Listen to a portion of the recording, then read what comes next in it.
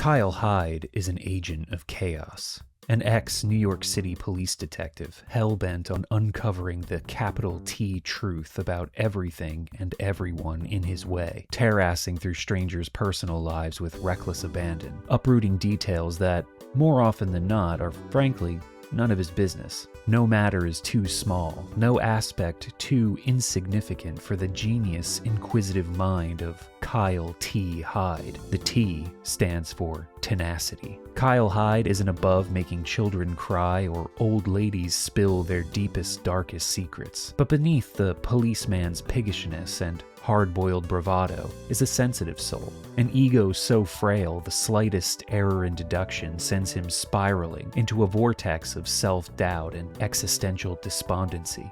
And the games that star this deranged madman are two of the coziest and most serene adventure game experiences possibly ever created: Hotel Dusk and Last Window.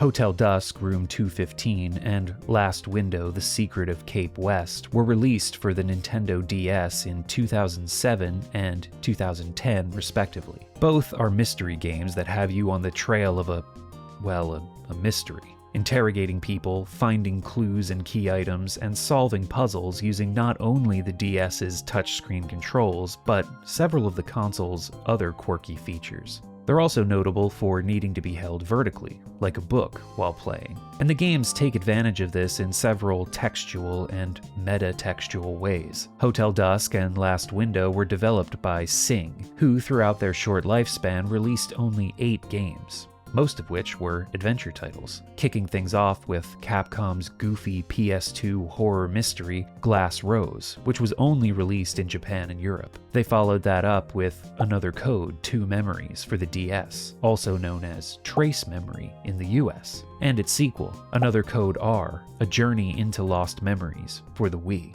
They even created an FMV adventure for the DS called Again. Not the most creative or search engine friendly title. Might have been better to stick with the original Japanese name. Again, FBI Parapsychological Investigator. Although that's also quite a mouthful and still a bit dry. There are a couple of outliers in Sing's catalog too. Monster Rancher DS and Little King's Story are 2 simulation RPGs, but adventure games were really their bread and butter. Well, not exactly. Sing filed for bankruptcy in 2010 after falling almost $3 million in debt, and Last Window ended up being their last game. Out of all their games, though, Hotel Dusk and Last Window are the 2 that stand out with a distinct mood and personality. The Another Code games have their fans, and there was even a remake collection released on the Switch in 2024, which has me holding out hope that Nintendo will do a Hotel Dusk/Last Window remake at some point in the future. But until then, the originals will have to suffice. Now, I don't have any way to capture footage from my 3DS, so I had to go with emulation for both of these games to make this video. I'm using Melon DS, which runs incredibly well, but remember how I said they also make use of some quirky features of the DS? Yeah, that's going to become a thing. But I'll tell you this up front, I managed to complete both games, and we'll talk about some of the shenanigans I had to resort to when it becomes relevant. Both Hotel Dusk and Last Window were designed and written by Rika Suzuki, who was a co-founder of developer Riverhill Soft and got her start writing and directing games for the PC 88 and 98. Her claim to fame is the creation of hard-boiled detective J.B. Harold for a series of mystery adventure games throughout the late 80s and early 90s, sporting such titles as Manhattan Requiem, Kiss of Murder, Murder Club, and Blue Chicago Blues. Most of these titles remained Japan exclusive, but a port of Murder Club did make it to the West for the TurboGrafx CD in 1991. Blue Chicago Blues Saturn port received a fan translation a few years ago as well. These games are immersed in the tropes of noir detective fiction, as well as the obtuseness of early adventure games. But it's easy to see the progression from J.B. Harold to Kyle Hyde. Taisuke Kanasaki is the director of Hotel Dusk and Last Window, and he got his start in the late 90s, bouncing around as a freelance director for Hudson, Riverhill Soft, and Bandai before winding up at Sing. Kanasaki was also the character designer, lending a signature style to the visuals. In fact, most of the staff remain the same between the two games, giving them a tight and cohesive feel. So much so that when I was planning this project, it really didn't make sense for me to split them up into their own separate videos. Despite them having standalone central stories, many characters, backstories, and other elements are carried over and expanded on between Hotel Dusk and Last Window. So, let's start from the start with Hotel Dusk.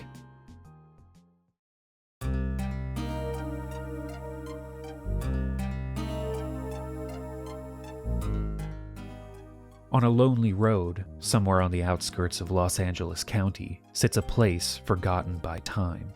A little slice of heaven known as Hotel Dusk. Red Crown traveling salesman Kyle Hyde has been called out here to pick up a package for a client. Not your typical door-to-door sales assignment, but maybe that's because Red Crown ain't your typical door-to-door sales firm. On the surface, they peddle household goods. But the main boss, Ed Vincent, has a side hustle, finding things that don't want to be found. Perfect job for an ex-NYPD flatfoot like Kyle Hyde. At the tail end of the journey, he catches sight of a young woman standing on the side of the road. They lock eyes briefly, his curiosity piqued. But he drives on. Places to be, things to do. I got nowhere to be and nothing better to do. God damn it, Hyde, screwing up my introduction. You hear me, Bradley? This is it. This is what I'll be doing until I find you. You see, like most detective fiction protagonists, Kyle Hyde's got himself a bit of a checkered past. 3 years prior, he found out his partner, Brian Bradley, was on the take from a criminal organization called Nile. The only way to quell the acid red of betrayal was a piece of hot lead. But hey, what's a bullet between friends? Thing is, Bradley didn't sleep with the fishes on that bitter Christmas Eve of the same year they celebrated the bicentennial. He took a swim in the Hudson but found his way out, so Hyde decided to hand in his badge and go looking, determined to ask his once friend and ex-partner the simple question, why? And so, on December 28, 1979, we find ourselves in the well-worn shoes of Kyle Hyde, standing before the entrance to Hotel Dusk. A call from the boss man informed him a package should be waiting, with some products to sell, and a special order sheet connected to an item recovery assignment. Tap the handles of the big double-doored front entrance on our DS's touchscreen, and in we go. And here we stay for the next dozen or so in-game hours.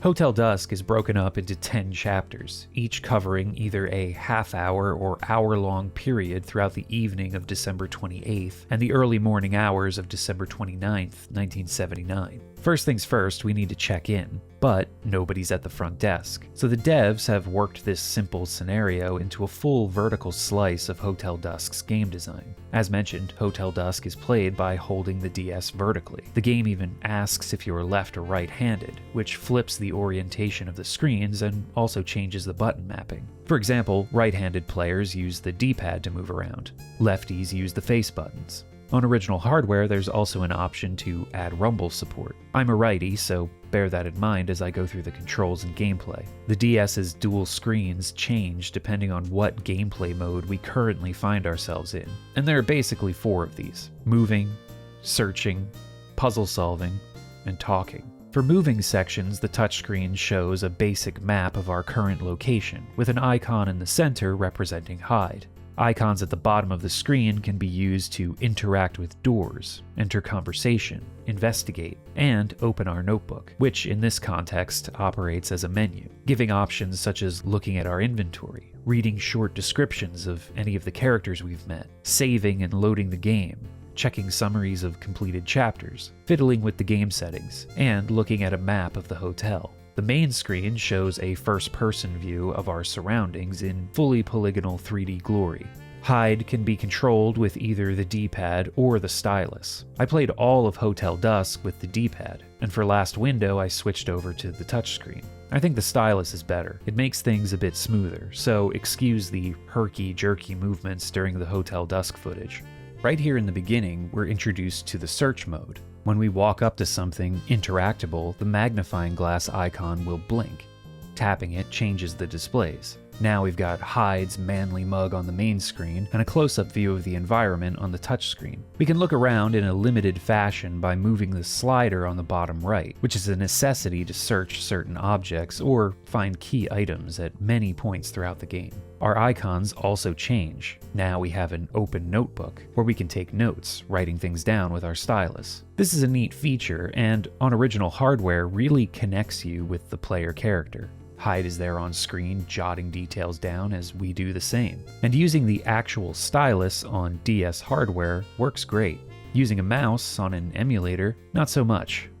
Back to those icons. We also have a bag, which is our inventory, and the arrow brings us back to the navigation screen. We can tap on almost anything within view and Hyde will give some comment, a lot of the time pointing out how boring or useless something is, which I really appreciate. It's almost worth it to tap everything just to hear some of the sarcastic remarks Hyde makes about the condition of the old hotel. On the counter is a bell that transitions to the puzzle screen when tapped. This bell isn't much of a puzzle, but it introduces how these segments play out. Usually there's an object that needs to be interacted with or manipulated. Most of the puzzles in Hotel Dusk and Last Window rely on real-world logic, which is refreshing considering the moon logic that a lot of other point-and-click games operate on. Notice I said most of them though. So, yeah, there are a few exceptions. After tapping the bell a few times, we get gruff hotel owner Dunning-Smith to appear, and are introduced to our final gameplay mode, talking. These literal talking head segments are greatly enhanced by the rotoscoped animation. Hotel Dusk and Last Window follow in the footsteps of Prince of Persia and The Last Express, with live-action actors providing models for the character designs. The gestures, expressions, and subtle movements add a lot of personality to these otherwise compositionally simplistic conversations.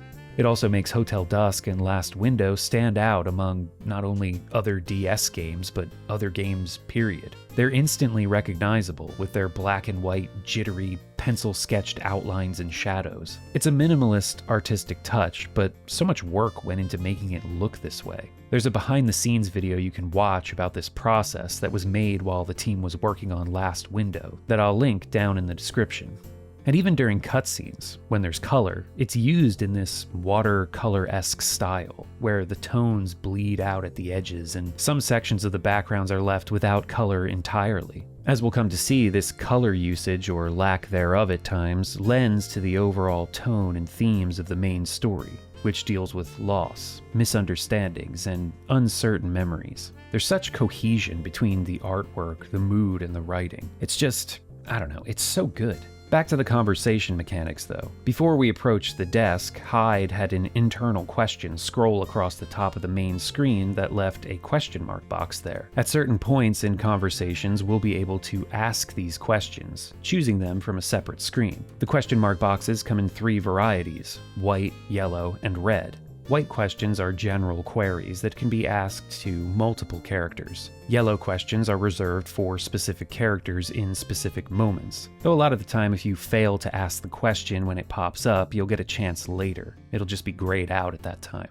Red questions appear near the end of chapters and are plot critical. These questions lead to a choice of 2 dialogue options. Choose the wrong one and it's game over. We'll look at the red questions in more detail later. There are also moments throughout the game where you'll be given a choice of what to say. Sometimes it doesn't affect anything and just leads to slightly different conversations, but there are moments where saying the wrong thing will upset or anger a character. This is shown by a band of red coursing through their body. And again, there are instances where doing this doesn't matter, but then there are times where it can lead to a game over, because a character will stop trusting or cooperating with us. It's an interesting mechanic, which I think has a lot of potential. My only issue with it is it's very black and white, or black and red, I suppose. I get what they were going for here, but I wish there was a bit more nuance to it. Like, if you upset a character, it'd be neat if there were some side story or event you could take part in to cool them down and get them to work with you again.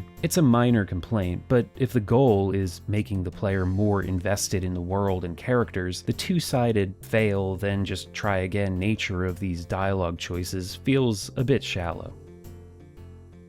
Dunning-Smith, the hotel owner, tries to swindle Hyde into paying for a more expensive room, but after a lot of back and forth, Hyde decides the price is too steep. This whole meandering conversation can be avoided by just turning down the initial offer, but the fun of Hotel Dusk is in the character interactions. The writing is snappy, and the localization team did a fantastic job throwing in a lot of slangy nuance to spice up these dialogues. After this exchange with Dunning, all that's left to do is sign our name on the hotel registry. When Dunning reads the name Kyle Hyde, he seems to remember something, but tells us to forget about it. A detail like that ignites Hyde's detective instincts, and he can't help but prod Dunning for further details. In these moments, a yellow triangle appears on the touchscreen. We can either tap the icon to inquire more, or we can tap the usual arrow at the bottom of the dialog box to ignore it. In Hotel Dusk, you pretty much always want to tap the triangle, but Last Window will switch things up on us, and there will be times where we'll want to ignore these inquiry prompts.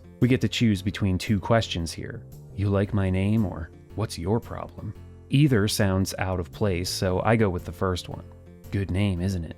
Look at that shit-eating grin. Dunning says, yeah, it's a great name. He's seen a bunch of us in the phone book, which wipes the smile right off Hyde's face. Dunning informs us there was another fellow who stayed here about 6 months back who also used the name Kyle Hyde. Hyde figures somebody using his name sounds like a dead ringer for his ex-partner Bradley, but he keeps all of this to himself.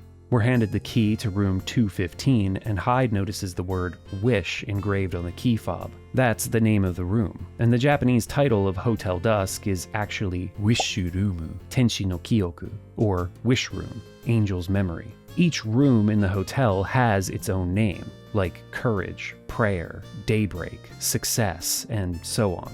Dunning says he came up with all the names for the rooms himself, and is quite proud of them. Seems there's a bit of a creative spark hiding just beneath this stocky, grizzled exterior. Wish was named so because of a guy and his daughter who stayed in the room once. Both of them looked beat down when they arrived, like they had no future. But by next morning, they'd been reborn. Their faces were just peaceful-like. When Dunning asked them about it, they both said that room 215 had granted their wish. After this, we can ask about our Red Crown package, which doesn't seem to have arrived yet. Dunning's suspicious about a guy who shows up seemingly out of the blue expecting a package, and warns that whatever it contains better not cause any trouble. 3 years ago, a young guy who stayed here kept expecting packages that turned out to be full of stolen goods. Before anyone knew it, the hotel was swarming with cops. Gunshots in the hallway, screaming guests running every which way. Ever since then, Dunning's been no fan of the fuzz. Wonder what really went down here 3 years ago. In any case, that's all Dunning's willing to say. But when we turn to leave, an old lady wearing her best Nadine Hurley cosplay comes in asking to stay in the room that grants wishes. Cotton balls. By God, those things would be quiet now.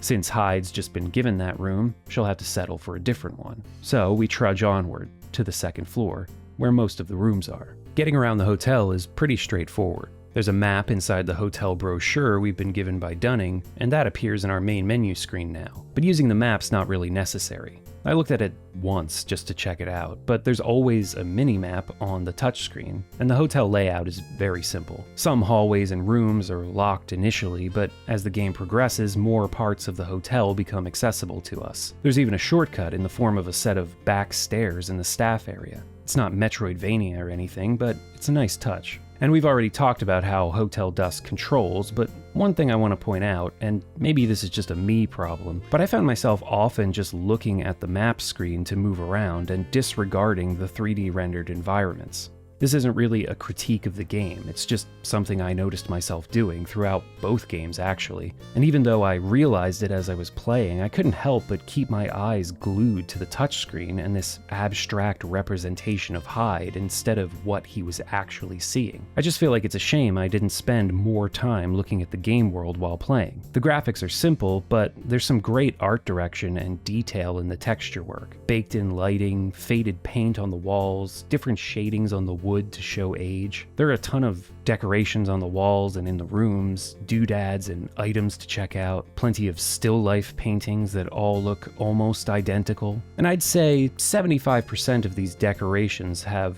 nothing to do with any puzzles or details you need to remember to solve the mysteries the game presents to you. They're just there to enhance the atmosphere and make Hotel Dusk feel like a real place, which is amazing. This is the thing people always bring up when they talk about this game. Its mood and atmosphere. And yeah, just wandering the hotel, existing in this place, listening to the excellent, excellent music composed by Satoshi Okubo.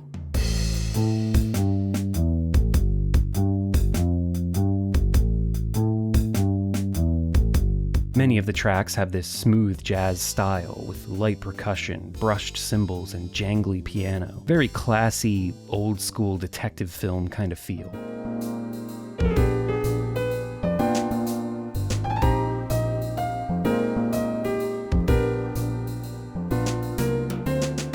It's a vibe. The game is slow-paced, but you can slow that pace down even more if you want to. Though the chapters are based on times throughout the evening, there's no clock or timer while you're playing. There are set events that occur during each chapter that will move time forward in increments of 10 minutes for the first 2 chapters, which are only a half hour each, and then in increments of 20 minutes for the following chapters, which all take place over the course of an hour. But you can take as much or as little time as you want, checking descriptions on furniture, knocking on people's doors, doodling in your notebook, or just running up and down the hall like a loon. Sky's the limit. I've said this many times before on this channel, but I love games that make you feel like you're just existing in a place. And Hotel Dusk nails that. Sometimes a little too well, which is often the case in games like this, because at times it can be difficult to figure out exactly what you're meant to be doing to actually make progress. An issue that's largely remedied in the second game. But is that really an improvement?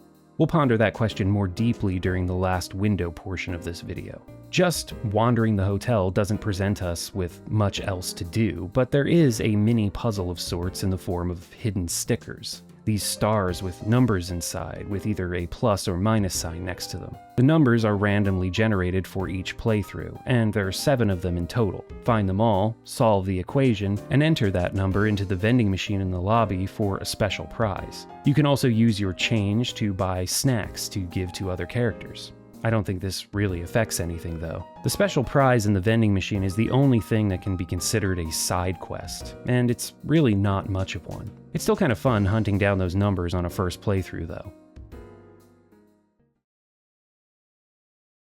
As our stay at Hotel Dusk progresses, we'll be introduced to the other guests, as well as the live-in staff. Louis Donano is the bellhop, a hipster doofus with a Spike Spiegel-esque hairdo. It just so happens, Louis, as he's known, is a punk Hyde-collared several times in the past for picking pockets on the New York subway. A small-time hustler, he promises Hyde that he's turned a new leaf and is living clean out here, which is too much of a coincidence for Hyde to believe. Louis thinks of himself as a smooth operator, throwing in a bunch of 70s slang, always talking about the man and how he's got a blow. I don't need to know what you get up to in your free time, Louis. Hyde just thinks he's an idiot. Case in point, early on, Louis has 2 packages to deliver and mixes them up. The package Hyde was waiting on from Red Crown gets delivered to the guest in room 211, a novelist named Martin Summer, and likewise Hyde gets Martin's package. In place of household goods, a client list, and an order sheet for Hyde's item recovery assignment, he finds an old notebook with what appears to be the handwritten draft of a novel inside. Hyde meets the writer formally when they make the exchange for the packages. Martin is a verbose individual, to say the least, and Hyde doesn't seem to be a fan of writers. We find out the woman with the eye patch who wanted to stay in the wish room is named Helen Parker. She's looking for her long-lost son. The 2 of them have some special connection to Hotel Dusk. A snobby woman named Iris is in the room across from Hyde, apparently not happy that her request to have no other guests in the rooms around her was ignored. She's relieved to hear that Hyde is a traveling salesman, so he won't be trying to take any pictures of her. Hyde doesn't give a shit about this lady. Then there's Jeff Angel, a rude, college-aged kid staying in room 213 who appears to be on the run from something.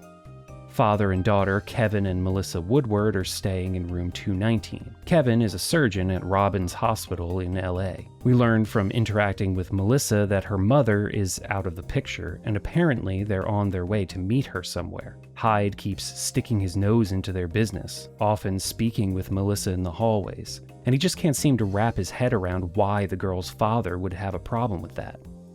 What's up with that guy? Oh, I don't know, Hyde. Maybe it has something to do with his 10-year-old daughter speaking to a strange 33-year-old man in the hallway of a crummy hotel out in the middle of nowhere. The 1970s sure were different times. At one point, Hyde comes into their room when he learns from Melissa that Kevin has left her alone. There, he finds out that Kevin and his wife were having marital problems when Melissa's mom finally walked out. At that moment, her dad returns, and this is a bad look. So to smooth things over, Hyde asks Kevin why his wife left him. Jesus. This is what I was talking about when I said in the beginning that Hyde is an agent of chaos. He just bulldozes his way into the other guests' lives like it's his business to know everything. He's out of his mind.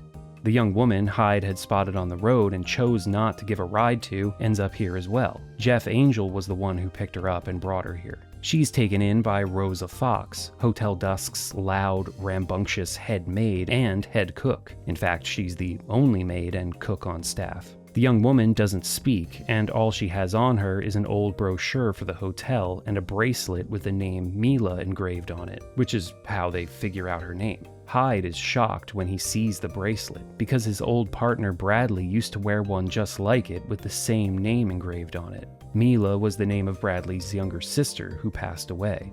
That's some coincidence.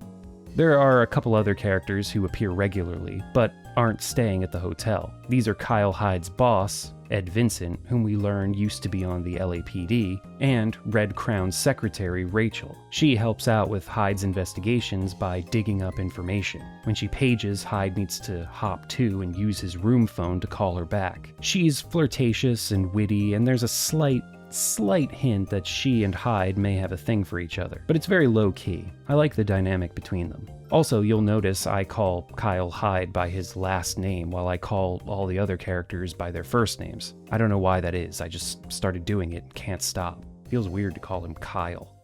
As we'll learn through Hyde's endless meddling, all of the people staying in the hotel have some connection to its past or Hyde's own search for his MIA partner. In pretty much every chapter, we deal with one of the characters' own personal mysteries. The way Hyde just insinuates himself into the other guests' lives is incredible to watch. A lot of the time, it's only the faintest whiff that someone's hiding something, and he's all over them. Whereas any normal person would just be like, okay, well, they're keeping something to themselves, and I don't know them at all, so I'll just let that be and not even think about it. Hyde's just like, hold on there, bud. Let's get into this. So he'll push these strangers to tell all about their lives, just badgering them, being a real bore ass. And when they finally give in, like, all right, dude, fine, I'll tell you what you want to hear, he plays it all aloof.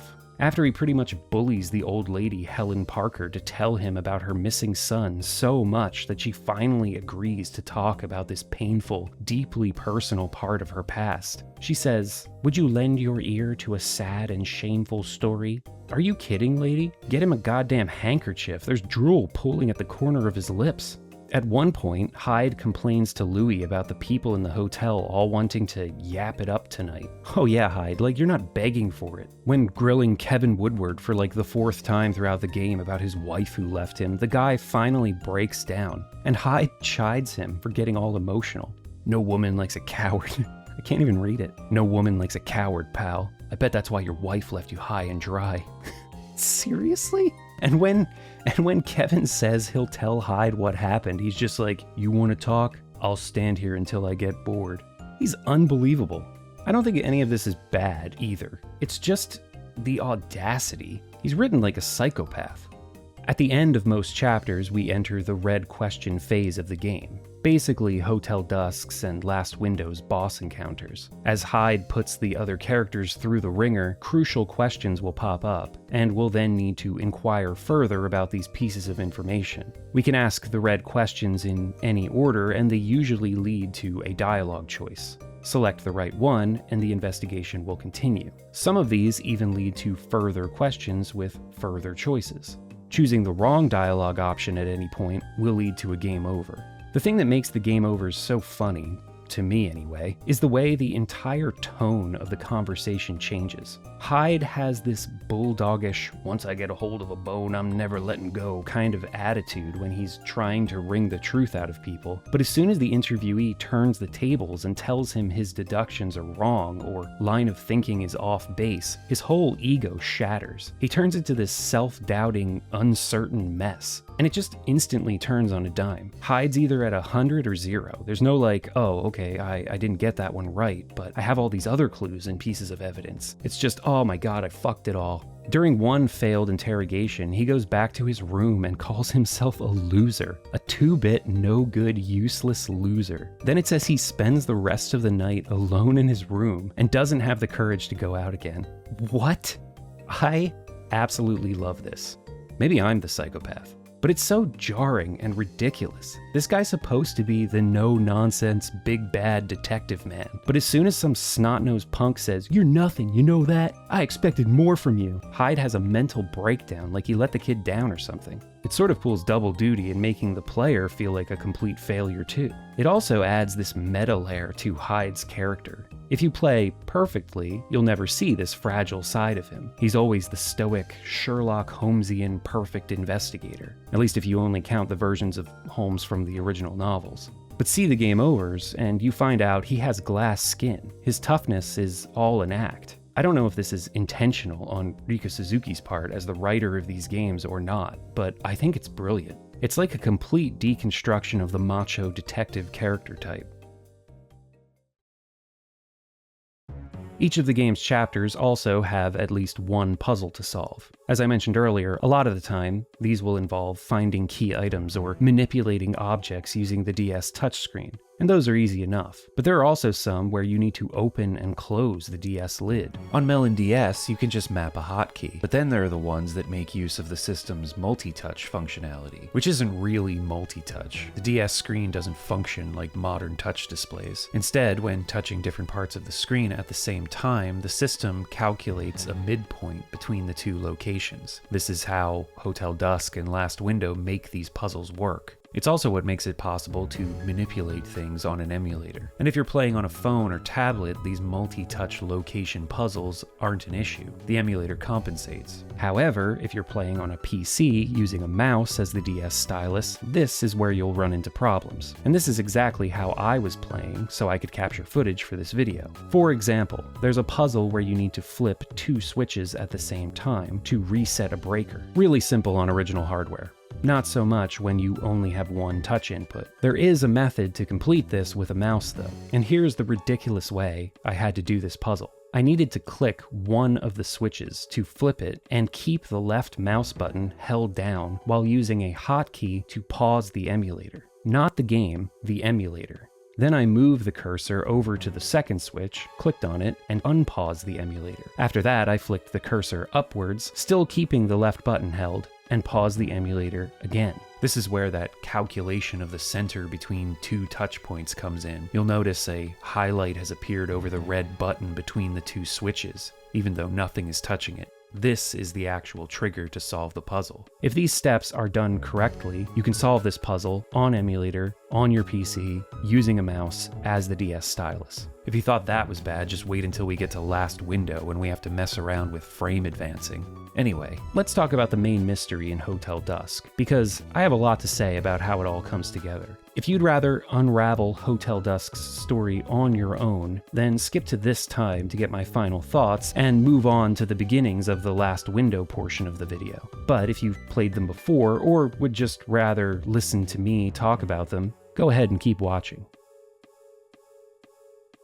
First off, the items we're meant to find for Red Crown, the whole reason we're here in the first place, are both collected during the second chapter. The order sheet has 2 items on it. A red box, and the December issue of a gentleman's magazine with actress Cecily Lee on the cover. Hyde finds the red box in a locked filing cabinet while snooping around Dunning's office, and the girly mag is in the linen closet being perused by Louis while he's meant to be working. Remind me to burn my sheets before sleeping in the bed here. Well, that was easy. Even Hyde is surprised by how quickly he managed to track them down. And boy, this Cecily Lee lady sure looks familiar. There's more to the lazy bellhop Louis than meets the eye.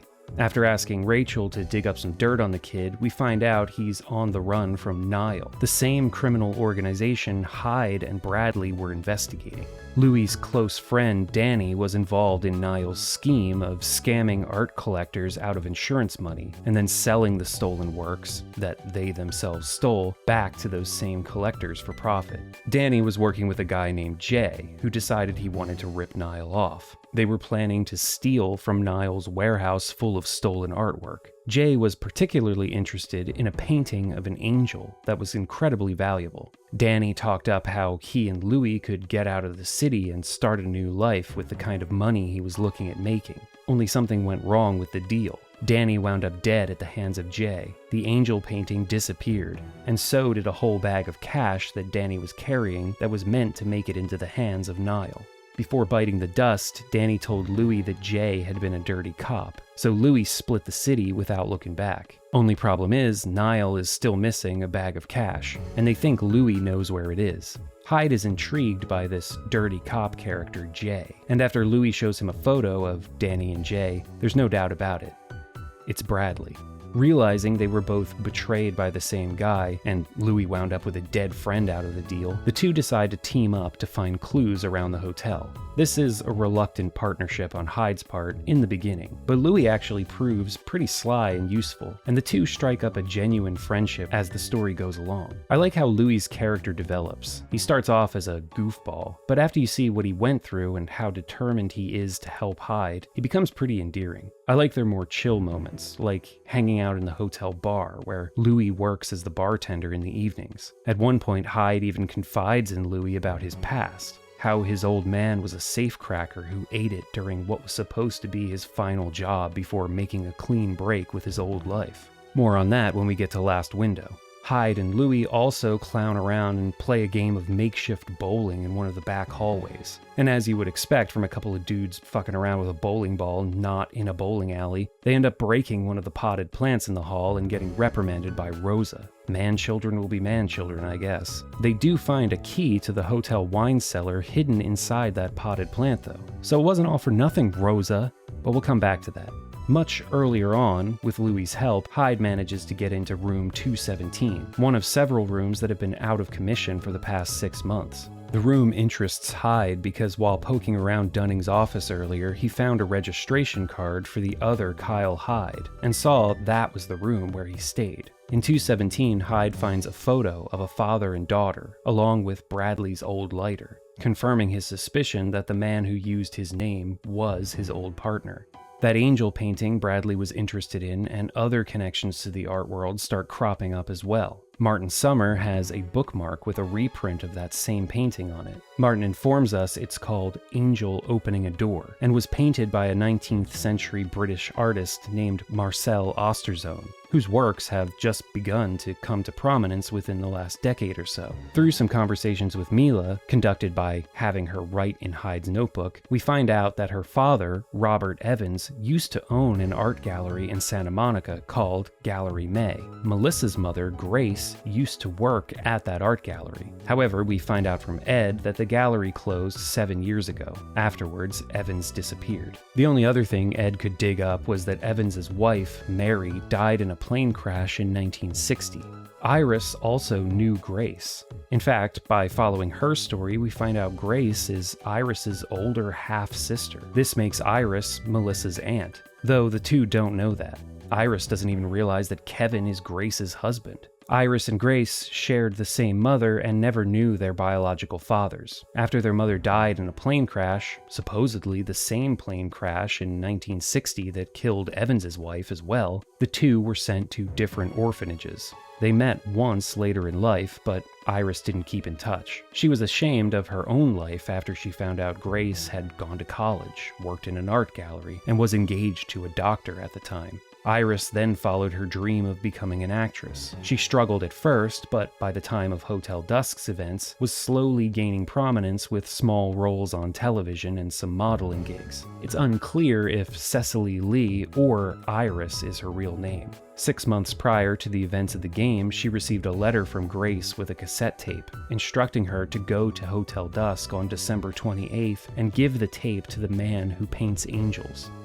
A drunken and thoroughly Kyle Hyde harassed Kevin admits that he was sued for malpractice 2 years ago, and Grace somehow raised the money to pay off the lawsuit. She would never say exactly how she came up with the cash, but it's hinted that it may have something to do with Niall and their connection to Gallery May and the art world. The fact that he didn't know where the money came from and that Grace was so cagey about the details drove him a little bit nuts. Their trust and communication gradually broke down and Grace left. That was 6 months ago. In one of the purses she left behind, there was a matchbook from Hotel Dusk, which was his only clue to where his wife may have gone. Kevin also reveals that several years before his malpractice suit, he remembered seeing Mila in a coma at the hospital. He wasn't assigned to the team that took care of her since he was a surgeon, but he remembers her case and other colleagues talking about her. Going back to Mila, at one point, Rosa thinks she's put the pieces together and tells Hyde that Mila's father is in the hotel. She turns out to be dead wrong though. She mistakenly assumed Dunning was her father. Her mistake reveals that Dunning does in fact have a daughter of his own though. From some clues in his office, namely a birthday card and a diary entry, we put together that her name is Jenny. Since Iris mentioned Grace wanted her to give the cassette to the man who paints angels at Hotel Dusk, Hyde asks Rosa about the angel painting, but Rosa says the only paintings around are the still lifes of the apples and bottle of wine. Supposedly there are 5 around the hotel, but we can only find 4,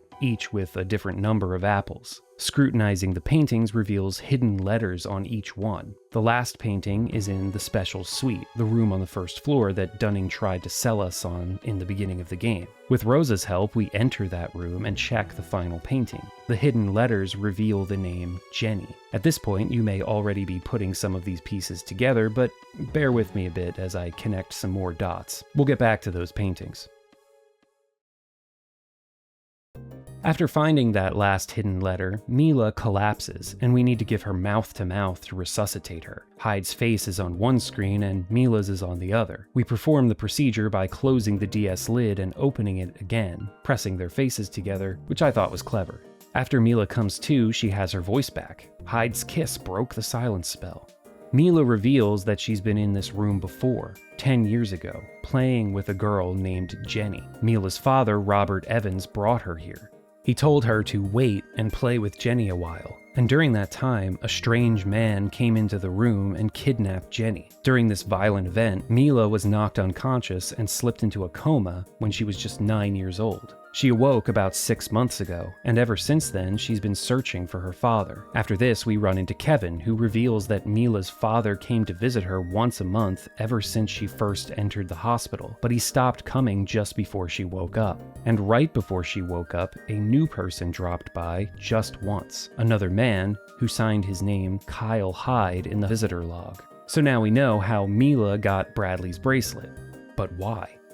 Another phone call from Ed reveals that 10 years ago, Robert Evans bought himself a little place called Hotel Dusk. The hotel was in operation before that, built in the 1950s, and was apparently a popular spot, but it shut down in 1969. So the moment Evans bought the place, he closed it down, and then sat on it for 3 years before selling it to Dunning Smith. After this, Rosa comes to the door all flustered, saying that Dunning came by her room and took Mila away somewhere. He became unnerved the moment he found out Mila could speak again. So the search for Dunning and Mila begins. Hyde heads to Dunning's room to look around, while Louis, taking that wine cellar key they found before, heads there to look for them. In Dunning's room, we find more birthday cards to Jenny, the old Hotel Dusk brochure with one of the walls in the wine cellar circled, and a newspaper article from 7 years ago about the painter Osterzone. When we get to the wine cellar, we find Louis dead. Oh wait, he's just unconscious. The first time I played, I thought he was dead. I think I actually yelled out, "Louis, no!" But then Hyde gets knocked out as well.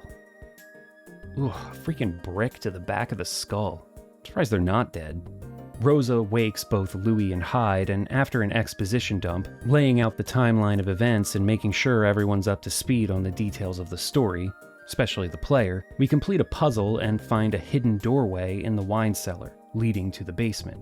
Hyde goes down alone and tells Louis and Rosa to call the cops if he's not back in an hour. Down here, we find a hidden room, and Hyde gets locked in by someone. It seems the room is airtight, and we're on a bit of a timer here as the oxygen supply starts to dwindle.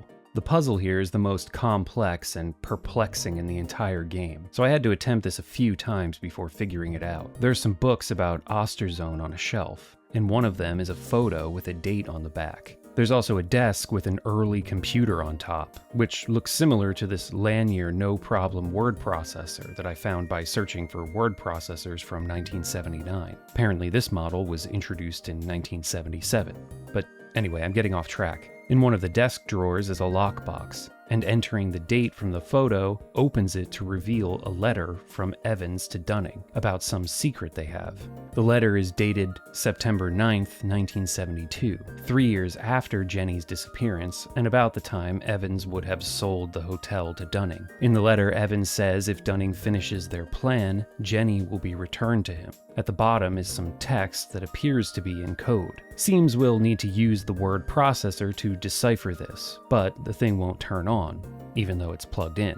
Here's where things get a bit nuts. I hope you remembered to bring your pencil from your suitcase with you. I just happened to grab it near the beginning of the game after opening the suitcase, but I'm thinking there must be some check in place making sure the player has the pencil on them before getting to this point. The game is pretty good about telling you you're missing something and letting you retry sections if you reach a bad end, so there's no way they would just soft lock you here. This is an adventure game, but it's not from Sierra and wasn't released in the 80s either. In any case, there's a file in the drawer as well. To get the computer turned on, we need to file down our pencil to get some graphite dust, and then dump the dust into the electrical socket on the floor to get a spark to power on the PC. And that's logical, but there's not really a whole lot of clues to point you in that direction, unless you're some kind of electrical engineer. Next to the processor, there's a piece of paper with a number written in invisible ink. Earlier, when we searched Dunning's room, you could find a pen that apparently doesn't write anything. That's a nice little bit of foreshadowing for this. On original hardware, you can tilt the DS to just barely see this number. But even in my footage, if I move around to the side of my monitor, I can just barely make out the numbers too. But you can also find a black light in one of the hotel storage lockers if you're thorough in searching the hotel. However you find it, the code needs to be entered into the word processor to set the correct decoding string. After this, we can type the code from the bottom of the letter. Don't forget to add the spaces, otherwise Hyde can't read the message. Idiot. But yes, this code reveals what you've probably come to suspect, that Osterzone is Dunning-Smith. Well, holy crap. I couldn't have said it better myself, Hyde. So now it all makes sense. The paintings around the hotel that reveal the name of his daughter, that little detail in the beginning of him giving names to all the hotel rooms, revealing his creative side. But Marcel Osterzone is supposed to be a British painter from the 19th century. What, is Dunning like 100 years old? We'll soon learn that's where Evans and Bradley and that whole side of things fits into the equation. Louis gets worried about Hyde and comes down to check on him, which is how he escapes from the room. They then find another secret door behind a poorly bricked up portion of the wall down here. Inside is an artist's workshop. A canvas covered in a layer of white paint sits on an easel, which looks mighty suspicious. Louis wonders if it's some kind of modernist piece. Hyde takes a paint scraper and cleans away the outer layer, revealing Angel opening a door. Hyde, you can stop now. I think we know what it is. Yeah, buddy, we got it. All right, yeah, it's satisfying. Just go ahead and finish up, I guess.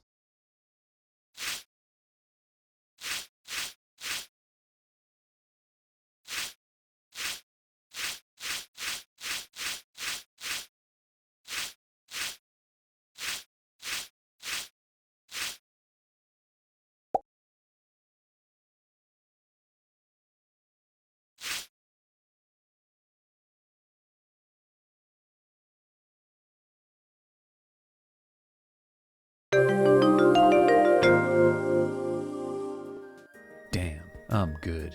You sure are, buddy. So yes, this is the famous painting Bradley stole from Niall, which was not painted by Osterzone, but by Dunning. Louis is beside himself learning that his friend got iced over what is essentially a fraudulent painting. The two find Dunning and Mila in yet another secret room down here, and Dunning finally gives up the truth. Robert Evans and Dunning Smith met in college, but went their separate ways after graduation. Evans inherited his family's art gallery, and Dunning attempted to pursue a career as a painter. The two reunited in an airport in 1960. Along with Iris's mother and Evans's wife, Dunning's wife was also on the plane that had crashed that year. The two of them both had daughters as well. After their chance encounter, Evans came up with the idea for Osterzone. He honestly thought Dunning's work was something special, but Dunning couldn't get the recognition that he felt he deserved, so Evans convinced him to paint under the name Osterzone. He also cooked up the story about a little-known 19th century British painter, expanding on the details of his life in a book he published in 1963. Evans passed it off as if he had discovered Osterzone's paintings himself and began displaying them in his gallery. Osterzone took the art world by storm, with prices for his work skyrocketing. This brought them to the attention of Niall, who had a hand in the art world and fraud. So Evans bought Hotel Dusk in 1969 and closed it down to give Dunning a workshop to continue producing Osterzone works that Dunning would pass off as newly discovered pieces. However, Dunning got tired of not receiving any credit for his work and stopped painting, wanting to make a clean break. Evans tried to persuade Dunning to continue, but he was steadfast in his decision. So during one of their meetings later that year, a Niall operative kidnapped Jenny while she was playing with Mila in the suite on the first floor of the hotel. This incident also put his own daughter into a coma, whom he would continue to visit in the hospital for the next 10 years. Evans made a deal with Dunning that Niall would return Jenny if he just kept up his end of the bargain and continued painting. So Dunning holed up in the basement and kept on. But after 3 years, he gave up hope of ever seeing Jenny again, so he quit for good. That's when the letter from Evans arrived, telling him to stay silent and one day Jenny would be returned. In reality, it's unclear if Evans even knew if he could keep good on that promise. The rift between Evans and Dunning put Evans on unsteady ground with Niall. Around that time, he sold the art gallery, gave Hotel Dusk to Dunning, and went into hiding. Dunning hid any connection to Niall and evidence of the Osterzone scheme in the basement of the hotel. Then he decided to open the place up for business again and wait for the far-off chance that a bunch of mobsters might keep to their word and return his daughter. He reopened Hotel Dusk, but had trouble getting any customers. The story about a girl being kidnapped had made the rounds, and even been twisted into a ghost story about a girl who had been murdered, her ghost still haunting the place. So Dunning decided to make up his own story of the Wish Room, based on his own desire to be reunited with his daughter. To his surprise, it caught on, and business picked up. He didn't hear from Evans, but a couple years ago, a woman who used to work at the gallery showed up. She knew that Dunning was Osterzone, and that Evans had forced him into the scheme. She blackmailed him into painting something for her, which she took, and he never heard from her again. So now we know how Grace Woodward raised the money to pay for her husband's malpractice suit. She made Dunning paint her an Osterzone. Then, 6 months ago, Kyle Hyde showed up. Only it was Brian Bradley using his ex-partner's name. The two drank at the bar late into the night, and Bradley started asking about Evans. Dunning stayed quiet and wouldn't let on that he knew anything, but Bradley sure knew a hell of a lot. He knew the whole Osterzone scheme. He also told Dunning that Niall was holding his own sister, Mila, hostage. Bradley worked undercover on the Niall case, but during the investigation, his real identity was found out. Instead of icing him right there on the spot, he was approached by a man calling himself Norman, who was actually Robert Evans. The two cut a deal. Bradley would turn rat on the NYPD and provide Niall with details on the police investigation into the organization, and in exchange, they'd return his sister to him. During that time, Bradley learned about the whole Osterzone scam and what had happened to Dunning's daughter. But Niall, of course, didn't hold up their end of the bargain. Bradley found his sister dead, and Robert Evans was the one who'd pulled the trigger. Even with this knowledge, he agreed to continue working with Niall, but only as a way to get revenge against Evans. He eventually found the angel painting, Osterzone's most prized work. He stole it, duping a low-level Niall associate, Danny, Louis's friend, into helping him, and then killing the kid and running off with the painting and the bag of cash Danny was carrying. The last thing Bradley said to Dunning during their time in the hotel bar was, "You won't see Robert Evans again." The next morning, he checked out and left Angel opening a door hanging above the bed in room 217, in place of the still life painting that had been there before. Along with it, he left behind a photo of Evans and Mila, as well as a key that Dunning hands over to Hyde. After Dunning discovered the painting, he covered it in white paint and hid it in the basement along with all the other Osterzone evidence. 6 months ago. 6 months ago was the time Robert Evans stopped seeing his daughter Mila in the hospital after 10 years of regular visits.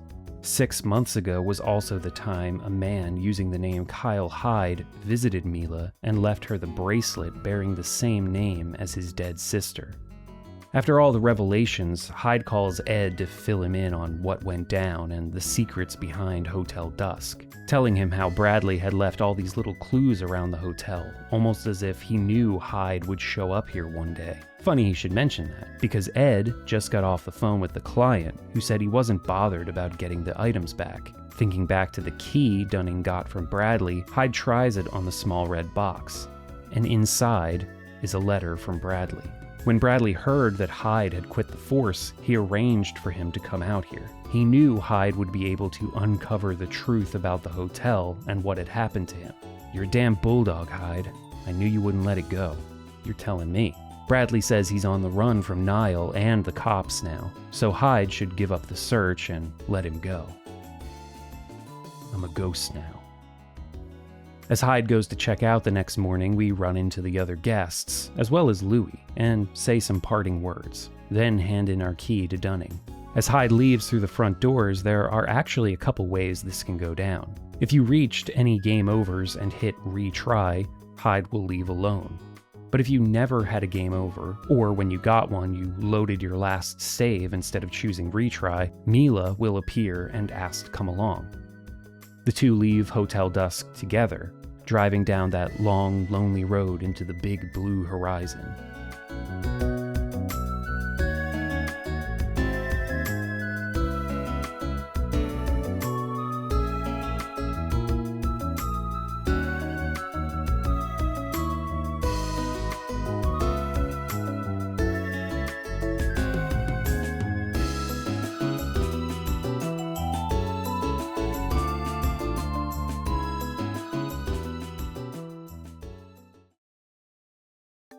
After the credits roll, you'll get a chance to save your game. Then some text appears, telling us it's New Year's Eve. Dunning is hollering at Rosa, making sure all the preparations for the hotel's New Year's party are ready, when suddenly the front doors open. And in walks Jenny?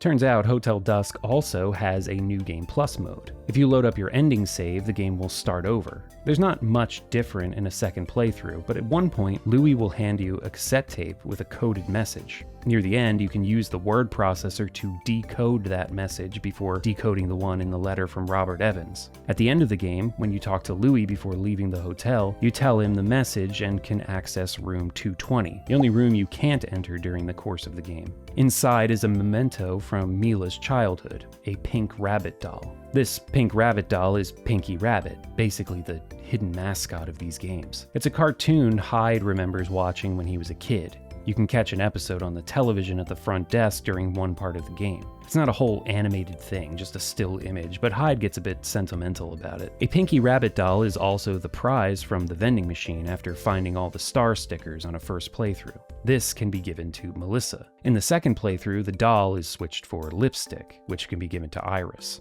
Speaking of Iris, she was very much a side character in this whole big mystery, and there were a few other guests who weren't directly involved as well. Jeff Angel picked up Mila and brought her here, and in his chapter we find out that he's a spoiled rich kid whose father is a defense attorney named Larry Damon with ties to Nile. So his name is actually Jeff Damon. It's either a coincidence or a red herring that he chose Angel as his fake name.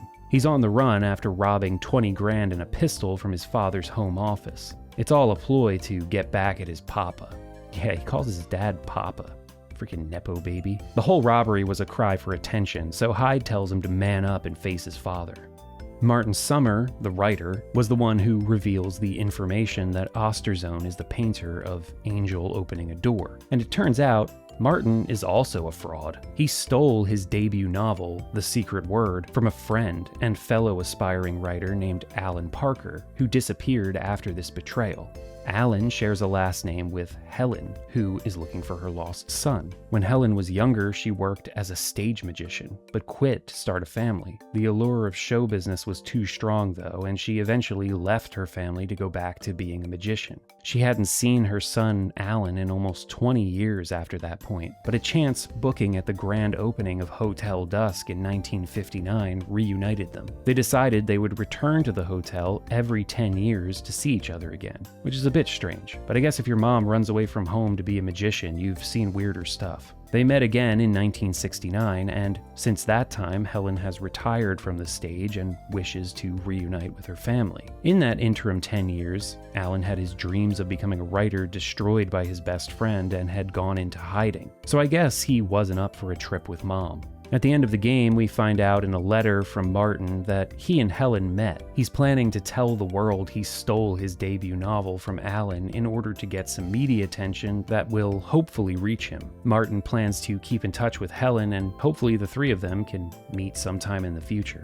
So those are the three characters who don't exactly have a proper connection to the main mysteries. I mentioned earlier Dunning-Smith gave each room in the hotel a name, and I've seen some forum posts and articles talking up the significance of that in relation to the characters' storylines. But honestly, looking at it, I feel like it's sort of half-baked. It's not even true that every room in the hotel has a name. The suite on the first floor doesn't, and neither does room 214. No one is staying in that room during the events of the story, but still, I thought Dunning said he named all the rooms, you big fat liar. If you're curious, 211, Martin Summers' room, is named Honor. 212, where Helen Parker stays, is called Angel. Jeff Angel's room, 213, is called Trust. Hyde's room, 215, is Wish. 216, Iris's room, is Success. 217 is Prayer, which is empty during the story, but that's where Bradley stayed when he visited. 218 is called Daybreak, which is empty, but Melissa does get trapped in that room at one point during the story. The lights go out, and Hyde has to do that breaker puzzle I was talking about to get the lights back on. Daybreak, get it? 219, where Kevin and Melissa stay, is Bravery, and 220, the room that's only accessible at the end of a second playthrough where you find Mila's treasure, is Love. You can extrapolate meaning and apply it to each of those characters' pasts, but you're not going to get any significant revelations out of making those connections. I feel like it's just an extra flourish on top of the narrative. But the one thing that really struck me about Hotel Dusk's story is all the coincidences that need to happen for it to be pulled off at all. I mean, what are the chances that all these people with so many intertwining connections to one another and the hotel itself all happen to be staying here on the same night? Coincidence is an essential component to any mystery story. To any story, really, but Hotel Dusk sometimes stretches believability with the hugeness of some of its happenings. However, and this is a big however, I don't think that's a detriment to the story. Those who've played Hotel Dusk will already know this, but there's an air of detachment to the entire game. This feeling that it takes place in some pocket dimension, some portion of reality that's slightly out of place. It's in the secludedness of its setting, the quietness of its atmosphere, the unhurriedness of its pacing. It creates an almost dreamlike atmosphere where these contrivances can be more easily accepted. It's also interesting that no one in Hotel Dusk ever reaches their goal or attains what they're searching for in the end, at least within the scope of what's told in the game. Many of the characters are put on a path that we hope leads to that end, but we as the player never get to see it. Hyde doesn't find Bradley. Melissa and Kevin don't reunite with Grace. Martin doesn't make amends with Alan. Helen doesn't meet her son again. We don't see Jeff reconcile with his family. We don't see Iris speak with Melissa like, hey, I'm actually your half-aunt. The only one who sort of reaches that catharsis is Dunning in the post-credits scene, but even that's cut short for us. I think this is all really fascinating. I feel like a lesser story would give its audience that closure just because it feels like it has to. But Hotel Dusk is much more intelligent and generous. It understands that the resolve to continue forward and the hope it gives us that these characters will find their own happy ends is more respectful to the audience, and leaves it up to our imaginations to finish the tale. And that's storytelling that's confident in what it's built and accomplished.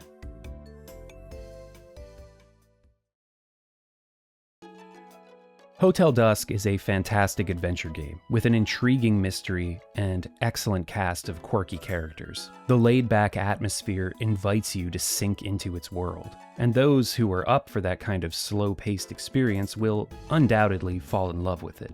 Sure, Kyle Hyde is something of a mad dog, but that only enhances things. Seeing his responses and interactions with each character adds just the right amount of grit to the easygoing mood. The gameplay makes great use of the DS's unique features, and its puzzles really force you to think outside the box. Like literally, it forces you to think about what you're actually holding in your hands as you play it. It's got a unique visual style, excellent soundtrack, and thought-provoking themes. If Rika Suzuki, Taisuke Kanasaki, and the rest of the group at Sing had only given us one game set in this world, it would have been enough.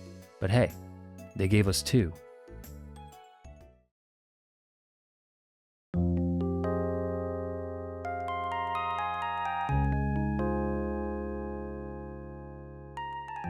Last Window, The Secret of Cape West opens with a scene from 1955 at Hotel Cape West in Los Angeles. A safecracker does what he does best, finds a diamond, and is shot for the trouble. In 1967, same location, we see a woman drunk. Oh wait, murdered, presumably over that same diamond. We then skip ahead to December 18th, 1980, almost a year after the events of Hotel Dusk. Hyde's been in sort of a slump for a while, not showing up for assignments and failing to check in for days at a time. Ed, sick of Hyde's non-committal work ethic and lack of respect, fires him. Hyde returns home to the Cape West apartments. On his way into the building, he runs into a mysterious woman he's never seen before on her way out. She wears a hat and sunglasses, gets into the back of a large town car, and drives off into the evening. The last thing Hyde feels like doing is socializing after the day he's had, but too bad. He runs into his bohemian neighbor, Tony Wolfe, in the lobby, along with the ever-effervescent Betty Meyer, before finally getting cornered by his landlady, Margaret Patrice, whom the residents all call Mags. Everyone's got the same news. The Cape West apartments are being sold, and all tenants need to vacate the building before the end of the year. Merry Christmas, Happy New Year, and a great way to top off a splendid fucking day. But it doesn't stop there. Stuffed in the door jamb of his apartment on the second floor, Hyde finds a letter with a job request. Usually these assignments go through Ed, but this client's decided to cut out the middleman. Item: locate the Scarlet Star, which disappeared at Hotel Cape West 25 years ago. This kicks off a mystery that once again involves the history of the location the game takes place in, as well as the various residents who live here. It also develops into a much more personal story about Hyde's past, and some lingering questions left over from his childhood. If Hotel Dusk was a jangly yarn of strangers and chance meetings, past trauma and Destiny's languid pull at its characters, Last Window is a more tightly wrapped, darker and moodier tale that, at the same time, sacrifices none of its charm. Despite a slightly more somber tone, it maintains the laid-back atmosphere and unhurried pacing. This time around, writer Rika Suzuki is joined by Yu Tominaga and Shunichi Nakagaki, and either Suzuki grew as a writer or the others helped to smooth out some of the rough edges from Hotel Dusk. Don't get me wrong, Hotel Dusk's writing had a charm to it, but there were several awkward transitions and jarring turns of logic. Last Window is more naturalistic, and the characters are better developed and more easily woven into the narrative. But even with additional writers, Rika Suzuki's voice still stands out. If anything, the new writers fall in line with her quirks and cadence, enhancing an already strong style. Hyde seems to have calmed down a bit in this game too. He's still dogged in his interrogative techniques, but he's not quite as unhinged in his approach. That might have something to do with the setting though. Instead of a hotel where nobody knows anybody, we have the apartment building where Hyde lives. It's shown early on that Hyde isn't exactly friendly with most of the other residents, but he at least knows them, so his penchant to butt into their personal lives feels a bit more acceptable. There's even a bit in the beginning where he describes the atmosphere of the apartments as a college dorm. It's not something he's particularly happy about, but the residents are more willing to chat it up and get to know one another. Boy, LA folk from 1980 sure were friendly. And yeah, so Last Window revolves around an apartment building, but it used to be a hotel, so we're not reinventing the wheel here or anything. In fact, most of Last Window is incredibly similar to Hotel Dusk. It was made by much of the same team on the same game engine, after all. There are some more complex puzzles that really stretch the DS's capabilities. Items can now be combined or compared for a few investigations, and there are a couple of quality of life improvements to the UI. But other than that, it's the same gameplay loop of walking around, talking to people, solving puzzles, interrogating, and taking Mind Palace quizzes at the end of each chapter. The story, broken up once again into 10 chapters, takes place over 10 days this time. And the ways in which those days are broken up are less rigid and spread out over different times depending on what the story requires. I like the way this makes the narrative feel less confined. You now have days to get to know the other characters and let the mysteries simmer. Though the runtimes of both games are about the same, each took me around 17 or 18 hours to finish, just the illusion of days passing instead of hours gives everything more time to breathe. And we'll look more closely at this later on. The questions system works exactly the same, but as I mentioned earlier, the inquiry prompts get a bit more interesting. This is introduced early too. For example, in the beginning of the game, while talking to Hyde's landlady, Mrs. Patrice, Hyde is intensely curious as to why she decided to sell the building. And she drops some intriguing hints that it's not as simple as she just felt like retiring. But if you keep pestering her about it, you'll piss her off. So you need to kind of read the tone of the conversation and know when to stop pressing. Later on, dealing with your mooching, Kramer-esque neighbor across the hall, Tony, he'll come asking for money to invest in some get-rich-quick scheme. If you don't ignore the request, you end up out of money to pay your own rent and get a game over later on. These are just a couple examples of how this straightforward system has been made more dynamic. In Hotel Dusk, you almost always wanted to inquire further, but in Last Window, you need to think more about your choices. The game also does a better job at pointing you in the right direction and keeping the momentum flowing. This is a bit of a double-edged sword. On the one hand, I never had to think too hard about who I was meant to talk to or what I was meant to do to make progress. There's always a character put in your path who will trigger the next sequence, or Hyde will think to himself about what he needs to do next. But that's not to say that Last Window is entirely on rails or anything. You're still free to wander around the apartments and accomplish things at your own pace. You just won't be wandering around without a clue as much. Fans of the original might view this as a bad thing, cutting into the mood of feeling like you're investigating this place on your own. And I can see that, but I don't know. I think I prefer Last Window's approach.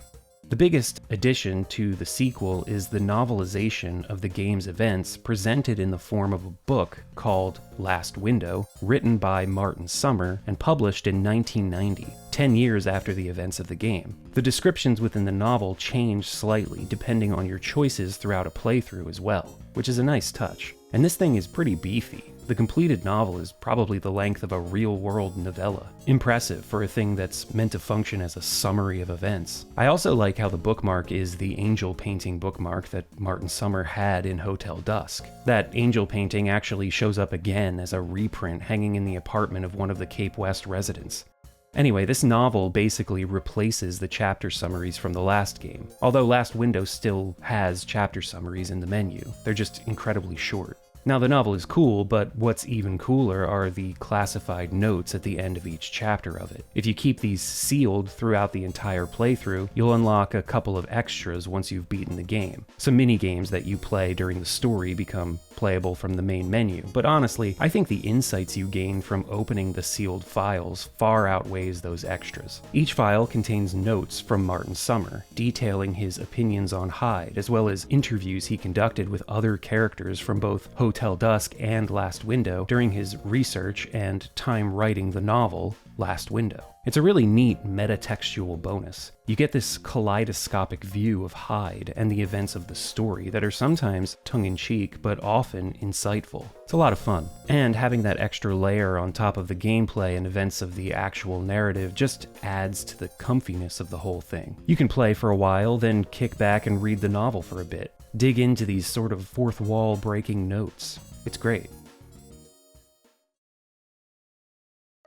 I think I also slightly prefer the Cape West apartments to Hotel Dusk as well. Again, it's really hard to convey this. I also love Hotel Dusk's setting, and I know that game definitely has more fans than Last Window, because just more people have played it, owing to the fact that Last Window only came out in Japan and Europe. So when I'm talking about these elements I prefer in Last Window, just know that it's only a slight edge over Hotel Dusk. But yeah, I like the coziness of Hyde's apartment. I like chilling out at the entertainment center, listening to the radio, or watching TV. I like that there's a cafe on the first floor that Hyde frequents, and he has a rapport with the owner and the waitress. I want to hang out here. I like how the lights in the hallways give off this baked-in glow. I like the mezzanines on each floor near the stairs that give you a view of the windows during the day or at night. I like imagining how if you were standing in the lobby, you could look straight up and see all those railings and the windows they look out of. I like how Hyde is shown to have sort of a life outside these apartments. We don't get to play any event that doesn't take place inside the building, but there are moments that describe Hyde going for a walk in the park, catching a film at the movie theater, or going out drinking with Tony, where he even sits and listens to Tony perform. While Hotel Dusk felt isolated and removed from any familiar world, which again worked within the structure of its story, the Cape West apartments feel like they're a part of the city. You feel a connection to what's going on out there, man, even though you're limited to in here, man. That feeling also intertwines with how the story plays out in Last Window.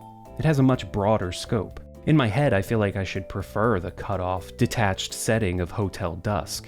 I'm definitely an introvert, someone who prefers quiet and being alone as opposed to hustle and bustle and people around all the time, which I realize doesn't make any sense because I live in Tokyo, one of the most densely populated and busiest cities in the world, but hey, we're all mysterious creatures. So yeah, I don't know, for some reason, I like Last Window's apartments more. And that's just how it is. Maybe deep down I do prefer the chaotic nature of cities.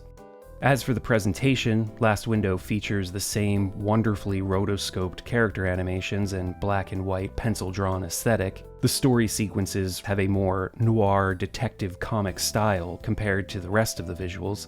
The music is also just as fantastic, and there's a lot more of it, which is nuts because Hotel Dusk's soundtrack was already huge. Satoshi Okubo returns and, working with the same jazzy palette as before, creates an even lusher set of songs to complement Last Window's many moods.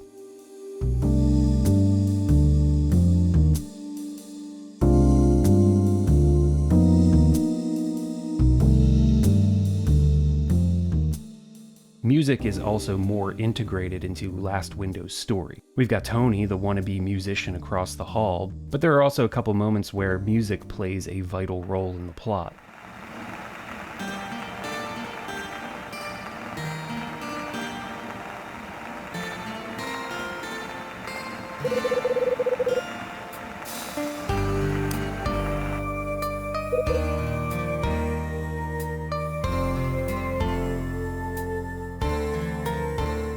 Speaking of that, let's talk a bit more about the story in Last Window. The Cape West apartments were formerly known as Hotel Cape West and were built in 1950. It was a popular party spot throughout that decade and into the 60s, until it closed down in 1967 after a murder on the premises, the second murder in the hotel's history, that we know of. The first occurred in 1955, as we saw in the game's opening cutscene. After a few years of vacancy, the property was bought by Margaret Patrice, shortly after her husband's death. She used the inheritance he left her to purchase the building and convert the hotel rooms into apartments, all except for the rooms on the 4th floor, which were left as they were and locked behind a heavy fireproof door rigged with an alarm. Mrs. Patrice maintains that she didn't have enough money to renovate all of the rooms. Now, at the tail end of 1980, Mrs. Patrice has decided to sell, and the new owners plan to demolish the building in the new year. A few tenants have already moved out by the time the events of Last Window begin, as evidenced by the vacant signs on several of the apartment doors. Hyde lives in apartment 202. We've already met Hyde's neighbor across the hall in 201, Tony Wolf, an unemployed, aspiring musician who's always hustling for cash. He starts off as kind of a lowlife, but much like Louis from the previous game, reveals he has a heart of gold and becomes a sidekick of sorts as the story goes on. We've also been introduced to Betty Meyer, who lives next to Tony in 203. She works at an accessory shop and loves jewelry. She's friendly and polite to everyone, which annoys Hyde. In fact, when she shows up right in the beginning of the game, he comments that he's not her biggest fan. No surprise there. The building owner, Margaret Patrice, or Mags as some of the tenants call her, lives on the 1st floor in the only room down here right off the lobby. She's an older woman who projects a classy demeanor. Her husband, George Patrice, was a musician. They met when she was working as a dancer, got married, and attended many parties and events thrown at Hotel Cape West while it was open. George died several years ago, and she used the money he'd left her to purchase Hotel Cape West and turn it into apartments. It's immediately clear, at least to Hyde, that she's hiding details about this sudden sale of the building. Later on, we'll meet Marie Rivette, a young woman who lives in 206. She keeps to herself and isn't very friendly, but winds up being involved in several plot lines throughout the game. Then there's Charles Jaunet in 305, a French exchange student and aspiring film director who seems to be a reference to Roman Polanski circa 1960s with his shaggy haircut and ruffled collar shirts.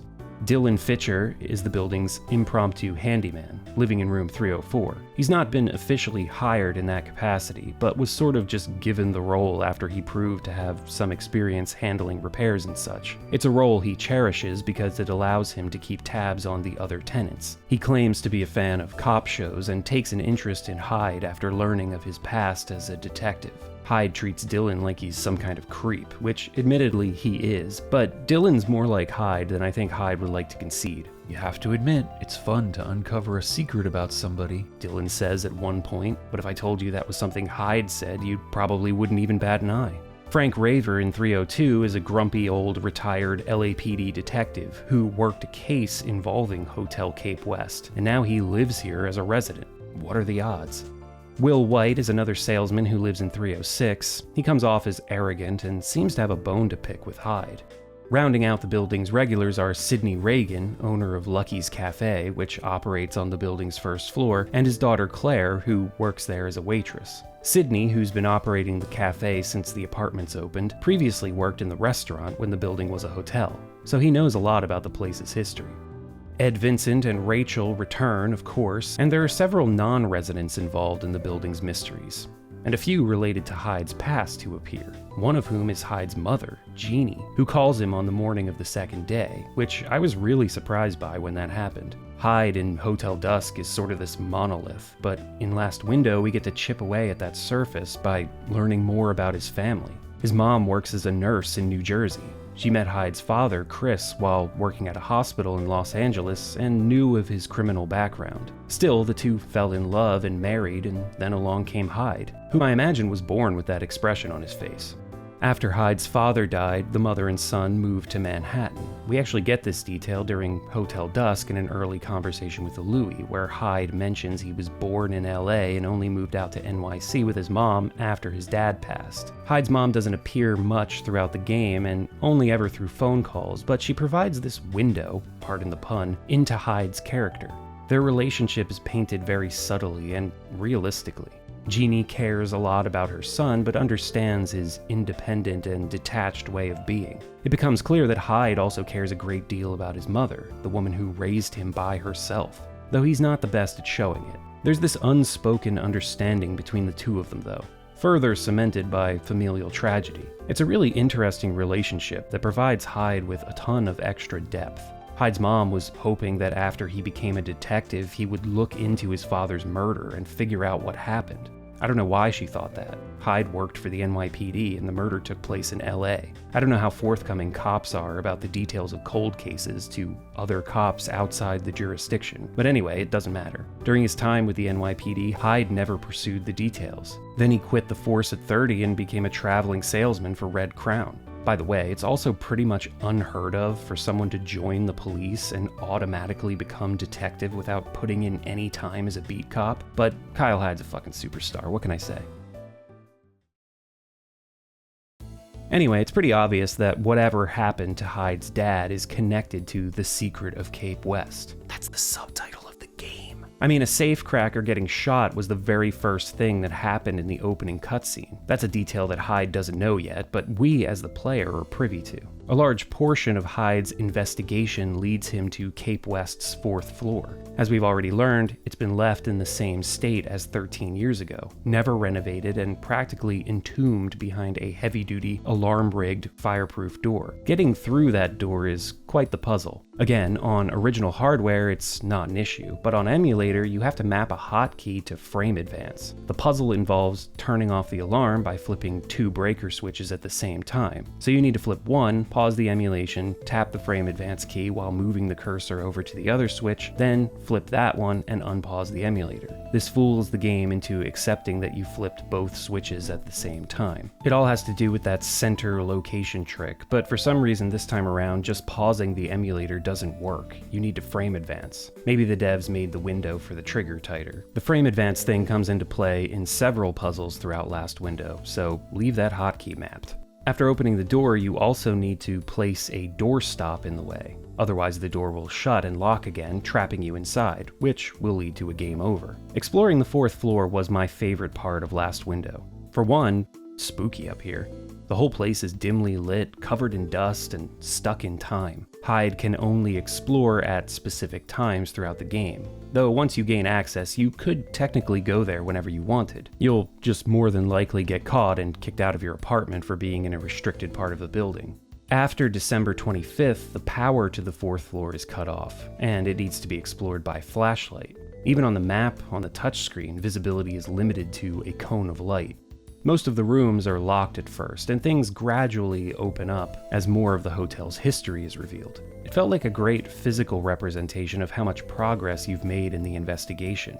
Despite all the security measures, the 4th floor is the building's worst-kept secret. Several characters find their way up here for various reasons throughout the game. The first is Dylan, who aids Hyde in accessing the area, as he's the only one who is officially allowed to enter, being the building's handyman and all. Tony wanders up here from time to time, as does Charles, who claims he's using the 4th floor and the hotel's history as a basis for a screenplay he's writing. Old man Frank Raver also frequents the 4th floor, and we learn throughout the course of the game that he was a detective assigned to investigate the goings-ons in the hotel, until he was unjustly pulled from the case by his superior officer. And I feel like his backstory is where the knot of the various mysteries come together. So it's about time to dig into Last Window's story. I think it's really solid, and in many ways, better than Hotel Dusk's. The details have time to breathe, other plot lines have time to take form, and the tiny relationships between all of these elements slowly develop. Instead of each character's backstory and mystery being wrapped up over the course of single chapters, the twists, revelations, and conclusions are spread throughout the entire game. A lot of it you can pretty much piece together before the characters in the story do, so it's not like any of its twists are going to pull the rug out from under you. And it's not without its flaws.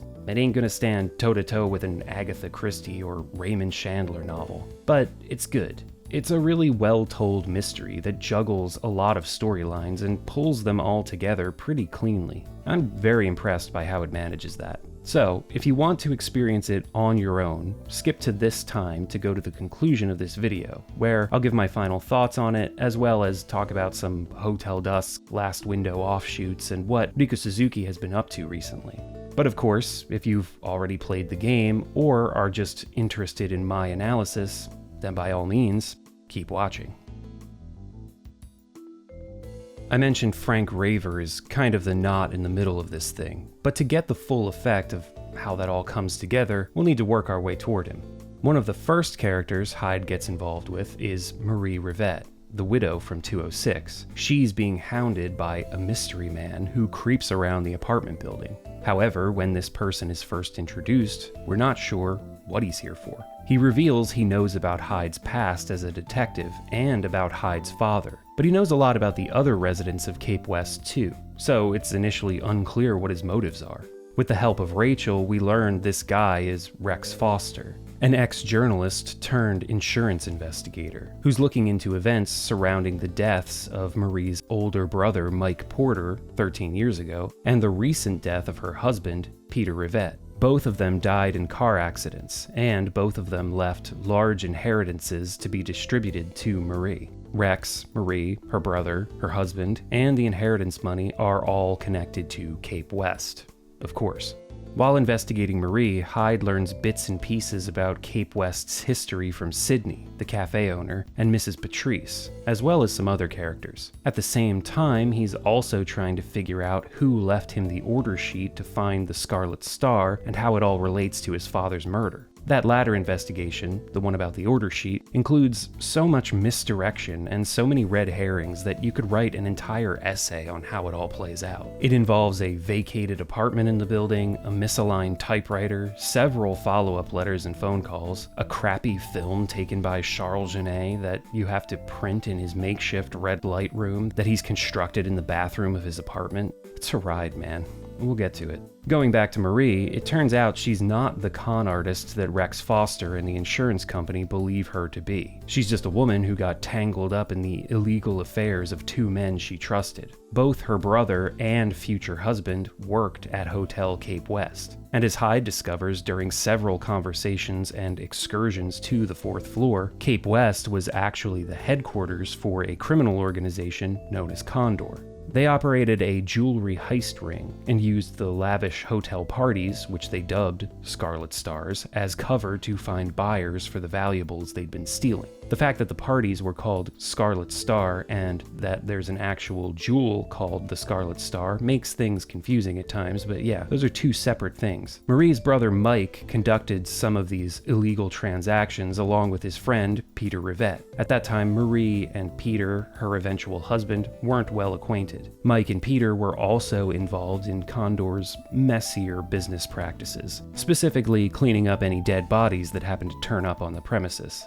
In fact, we learn from Rachel at one point that the woman who died in 1967 was the hotel owner's wife, Kathy McGrath. The cause of death was cyanide poisoning, and her body was discovered by Peter Rivette. We never get the exact details, but it's implied that Peter was actually in charge of disposing of Kathy's body after the murder. But things didn't go smoothly, and instead the police report had it that he just discovered the body. Oops. After the hotel closed in 1967, Mike died in a car accident and Marie received a large inheritance payout, as well as a diamond ring. After this, Peter started to hang around Marie more, getting friendly with her under the guise of looking after his dead friend's sister. The two eventually married. At first, Marie had no idea about her brother and husband's life of crime, but she put the pieces together during their marriage. That last sentence sort of makes it sound like she married her brother, but I don't have the mental energy to fix it right now. Peter used some of the inheritance left by Mike for a business venture that failed. The two began arguing, and as Marie reveals her tale to Hyde, she wonders if Peter ever really loved her or was just using her for the money. My money's on the money.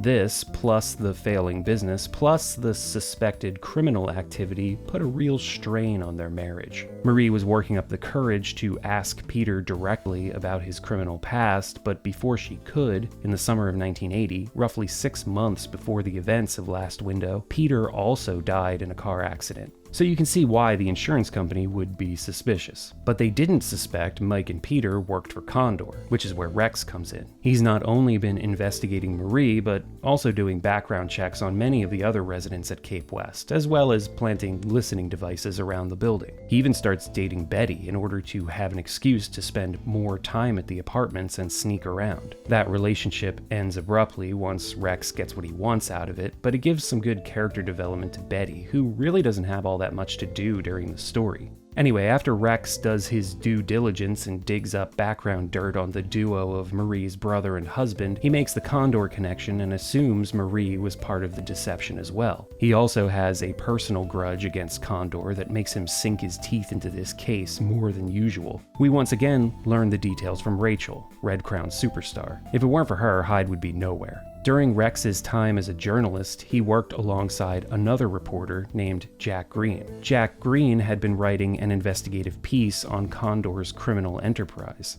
Jack ultimately discovered that Condor was being bankrolled by none other than Nile, the criminal organization from Hotel Dusk. Nile's reach extended far beyond the criminal world and had crept into the police and political spheres of Los Angeles, so any mention of this would have had huge repercussions. Shortly before he was set to publish his exposé, Jack Green died in a mysterious car accident. When Rex attempted to publish an article detailing how his coworker's death was the work of the crime syndicate, his writing was branded a fiction, and he was forced to quit his job as a journalist. Also, I don't know if you've noticed the pattern here, but Condor, and by extension Nile, seem to have a penchant for vehicular sabotage. They were the ones who orchestrated the deaths of Marie's brother and husband to silence them after they'd outlived their usefulness. We also learn earlier through a newspaper article in the cafe that a string of jewelry store robberies have broken out across the city that are quite similar to the robberies Condor conducted in the past. I guess Nile's art theft operation was spoiled, so now they're going back to good old jewelry store heists.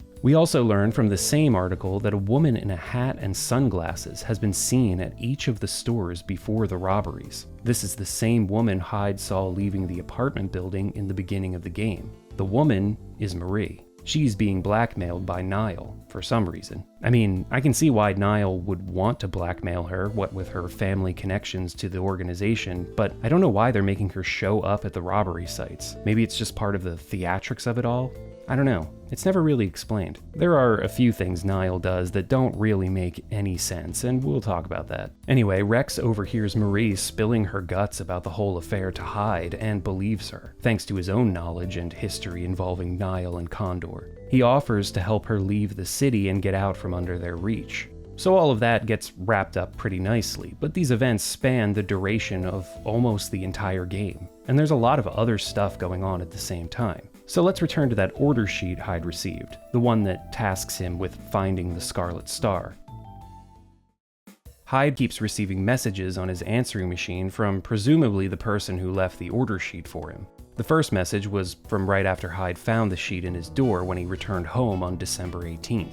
He gets another message on the 21st, this time telling him that if he's interested in pursuing more details, he should put a penny in an envelope and leave it in the mailbox to room 404 and wait for a response. All the 4th floor mailboxes are not in use and have their slots taped over, so Hyde drops the envelope inside and reseals the tape. I wonder why there are mailboxes for the 4th floor if there were never any plans to convert those hotel rooms into apartments. I'm not being facetious here either. Sometimes in my videos I say things like that because obviously I've already played the game and I know an answer will come down the line. I'm just building tension for those who are listening and don't know the story. But in this instance, I'm pointing out sort of a flaw. It's not a huge deal, but there are several, I don't know if you'd call them plot holes per se, but just illogical details in Last Window that I can't help but call out. Like the whole thing with Nile forcing Marie to wear the hat and sunglasses and show up at the stores before the robberies. Like, why? Is it just a power move? Like, we can control you? Maybe that's it. I don't know. Look, I just make these videos. I'm not trying to ever position myself as some sort of authority on anything. I can just articulate my thoughts better and in a more entertaining way than most people. And even that's up for debate. This whole rambling bit right here is a case in point. So let's get back on track. While waiting for a response from the mysterious letter sender and serial answering machine message leaver, Hyde bumps into Tony and Frank having an argument in the hallways. Frank has lost his tape recorder and accuses Tony of stealing it. This is actually the second time Tony's been accused of stealing by another tenant. The first was on the second day, December 19th. Marie Rivette accused him of stealing her diamond ring, the one her brother left to her. Turns out Hyde finds it fallen between a chest of drawers and vanity in her apartment and clears Tony's name. That ring is also revealed later on to have a condor engraved into the band. Hyde finds the tape recorder in the laundry room, but the cassette inside is missing. Frank reveals Tony has a violent past. He's been arrested for assault on 2 previous occasions. Though Tony wasn't involved in the supposed ring theft earlier, he really did steal Frank's cassette tape, and he was planning to extort money from him. They were meant to meet on the 4th floor, but Hyde busted up those plans and met Tony instead. Tony explains his assault charges. He used to be a professional musician, but his budding career went south when he beat up his old manager after the guy ripped him off. The second incident occurred when Tony saw a street punk beating on one of his fans, so he jumped in and put the punk in the hospital. Hyde convinces Tony to do the right thing and hand over the tape. Then he gives Tony a pep talk, telling him not to give up on his dreams and let his life devolve into dishonesty and deceit. And immediately after Tony leaves the room, Hyde says, "No way I'm giving back this tape without hearing it first." Kyle Hyde, a man who leads by example. And here's another puzzle where you need to pause and frame advance because Hyde's tape player is kind of busted, so you have to hold 2 buttons at the same time to play it, otherwise the tape gets eaten. If that happens, Hyde suffers one of his patented existential meltdowns. The tape is an audio diary of Frank's current investigation of Cape West's 4th floor. He talks about Kathy McGrath's murder and says that before the building is closed down, he needs to find the lost items connected to Condor. The next day, Frank confronts Hyde after finding out he's now in possession of the tape, and Hyde readily admits he's listened to it. They have an argument about Hyde butting into things, and it's almost as if the game is making an argument for Hyde's nosy, obsessive nature. I'm forced to ask these questions. Nice 4th wall break there, game. We'll come back to Frank again, because around the same time as this confrontation, Hyde receives a follow-up phone message that tells him to deliver the Scarlet Star to whoever is responsible for Kathy McGrath's death. It also tells him to take a peek under Table B in Lucky's Cafe. The biggest thing this response message tells us, though, that isn't really pointed out, is that whoever is sending these messages and letters is in the building. How else could they respond so quickly? But that leaves an awful lot of suspects, and Hyde suspects everyone. He heads downstairs to the cafe and finds an envelope stuck to the underside of the table. Inside is a letter that says the reward for recovering the Scarlet Star is the truth about what happened 25 years ago. There's also a newspaper clipping about Hyde's father's murder, which, just to remind you, occurred in 1955, 25 years ago. Hyde compares this new letter with the order sheet he received a few days prior and finds that the T's are misaligned, meaning they were typed on the same typewriter. He asks Claire the waitress who sat at table B today. She says both Charles and Dylan sat there at different times. We can go talk to Charles, but of course it's devious Dylan we need to speak with. As Hyde heads to the 3rd floor, he spots Will White. The suspicious salesman warns Hyde that Dylan has an unnatural aptitude for prying information out of people. Okay, one creepy dude pointing out another dude's creepiness. Isn't that like a violation of the laws of physics? I feel like the universe is about to collapse. Dylan won't open up, and Hyde goes a bit nuts banging on his door. Like, damn dude, you're getting a bit creepy yourself.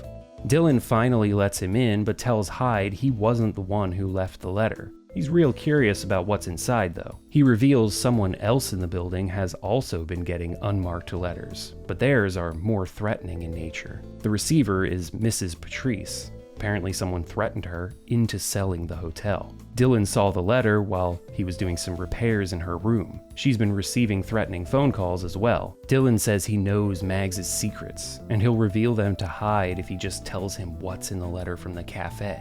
Hyde says he'll think about it. Later on, Hyde runs into Charles, who mentions that his friend Billy used to live in room 205, but he moved out last month. Billy had misplaced his spare key and couldn't return it to Mrs. Patrice when he left. But after moving into his new place, he found it and asked Charles to turn it in for him. Charles hasn't though, and for whatever reason has been lending out the key to other people in the building. He gave it to Betty first, and she's just returned it to him. But Charles figures it was actually Betty's boyfriend who was interested in the room. Since Hyde already knows Betty's boyfriend is Rex, that really piques his interest in room 205. He asks Charles if he can borrow the key and promises to return it right after he takes a peek. Inside, Hyde finds an old typewriter and some paper. Suspicious, he tests it out and finds the T is misaligned. The way you do this is just typing random stuff until you hit the T key and find it's out of whack. This is when Hyde grills Betty about her relationship with Rex and finds out that he's dumped her. As I mentioned before, she already knew he was just using her to investigate Marie. She just felt lonely and wanted somebody around.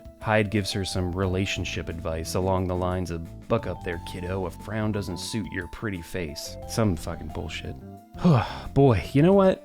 Let's take a break from all this, because the game does. At this point, it's Christmas Eve, and though there are a couple of larger plot details pretty cleverly woven into the events of the day, Chapter 7 is mostly a side story. There are a few things that have happened up until this point that are needed to set up this next section, though.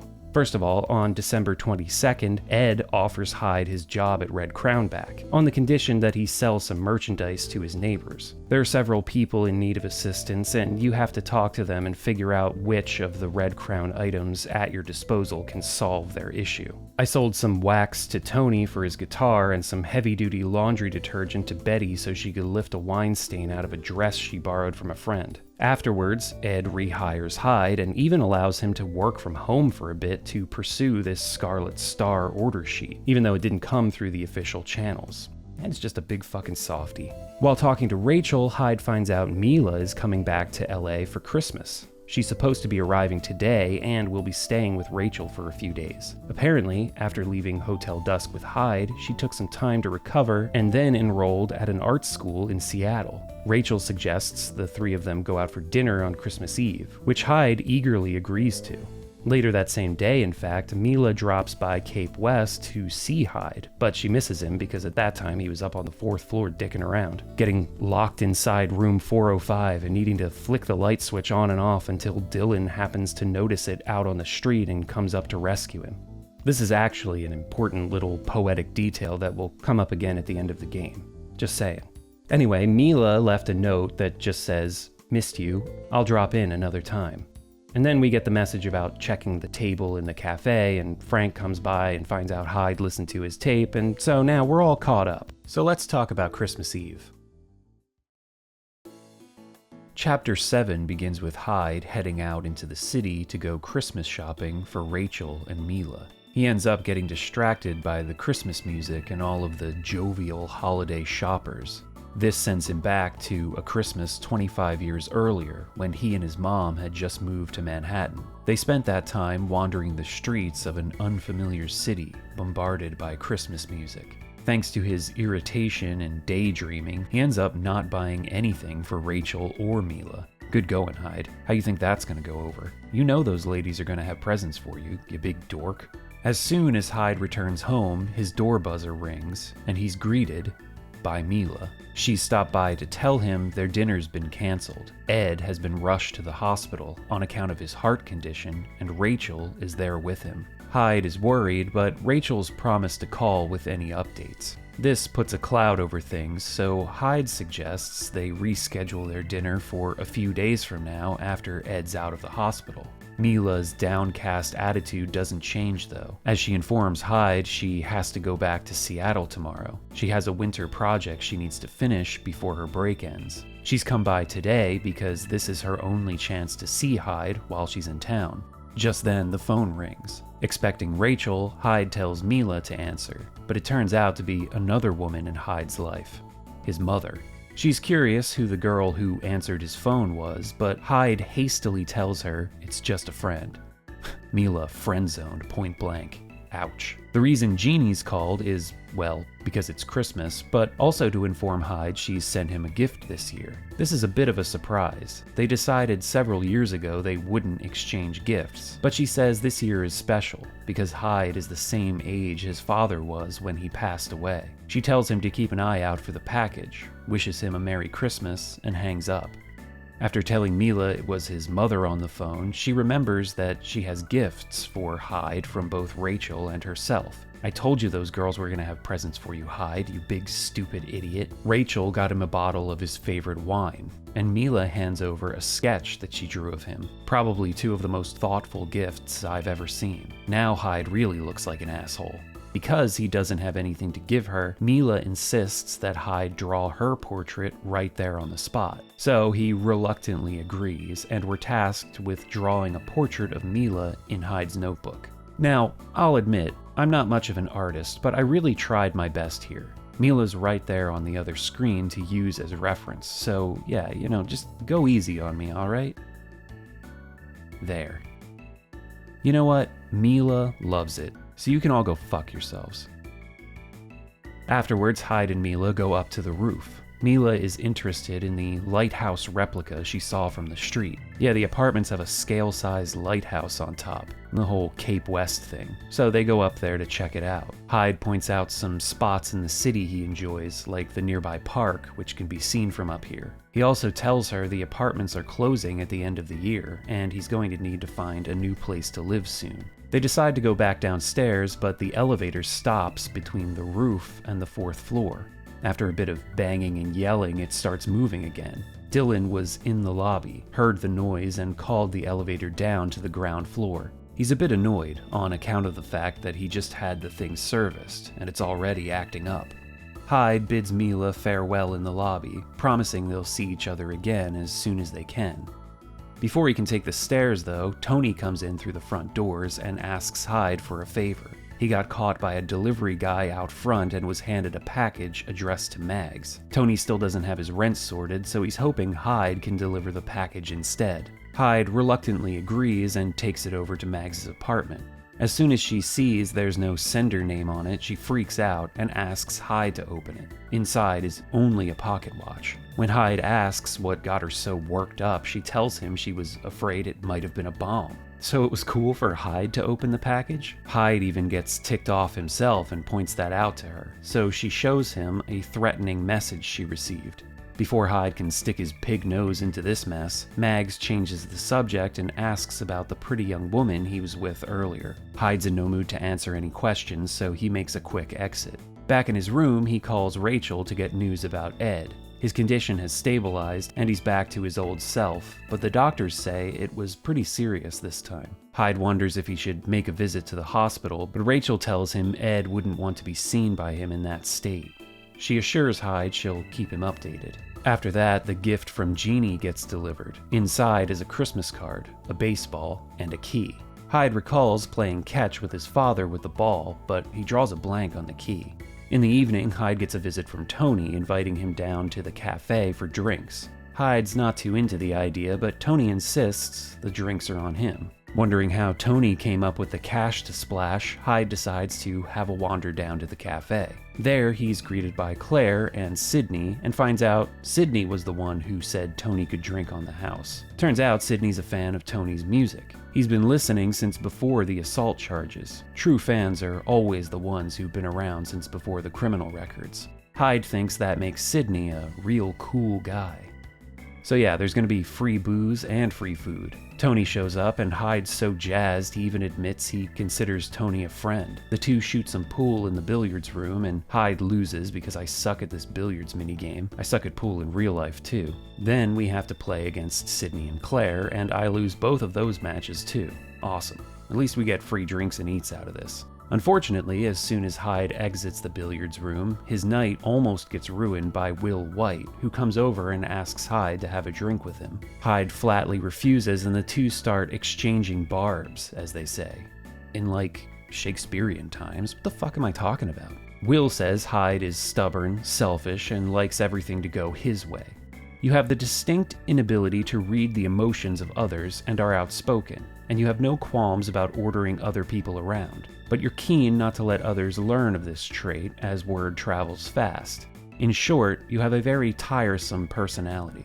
Honestly, yeah, that about sums up the guy. Will leaves, but before Tony and Hyde can get down to some serious partying, Betty comes in, saying that her Christmas Eve plans have fallen through. So I was like, oh sweet, we're all gonna have a little Christmas drinking hangout here. Awesome. But no, Betty's got Tony wrapped around her finger and the two go out for drinks together, leaving Hyde behind at the cafe. Well, that's fine. Claire and Sydney are still around.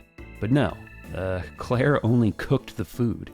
She directs Hyde over to his favorite booth, and he sits by himself eating a plate of roast chicken with a glass of bourbon. Okay then, look at him just sitting there by himself. That face, that says it all. After his meal, he goes back over to the bar, but Claire heads out.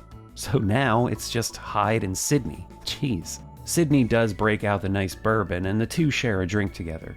Hyde compliments Sidney on the booze, and Sidney says, "You really know a good drink when you have one, Mr. Hyde. You're just like my ex-wife." Gee, thanks, Sidney. In the span of like 15 minutes, I've had my athletic prowess thoroughly trounced, been insulted by a guy who basically called me out on every personality flaw I have, was sidelined by my new best friend for a girl who didn't want to have anything to do with him not 5 days ago, was forced to sit at the kids' table by myself, and now you're going to emasculate me by comparing me to your ex-wife. Thank you, sir. May I have another? Sidney gives Hyde a record to borrow with a song called Promise on it, saying it's the perfect song to listen to on Christmas Eve, i.e. the perfect song for sad, lonely saps who have to spend Christmas alone. So after a bit more chatter, Hyde heads back up to his room and throws on the vinyl. And yep, it's a melancholic track, but I gotta admit, pretty nice. And the song plays out the night.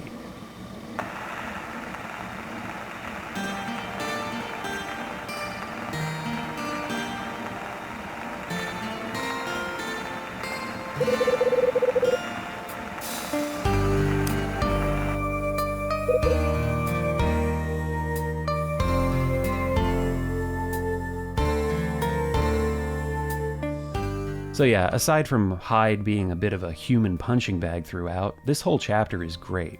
Who am I kidding? The dunking on Hyde bits are part of what makes it great.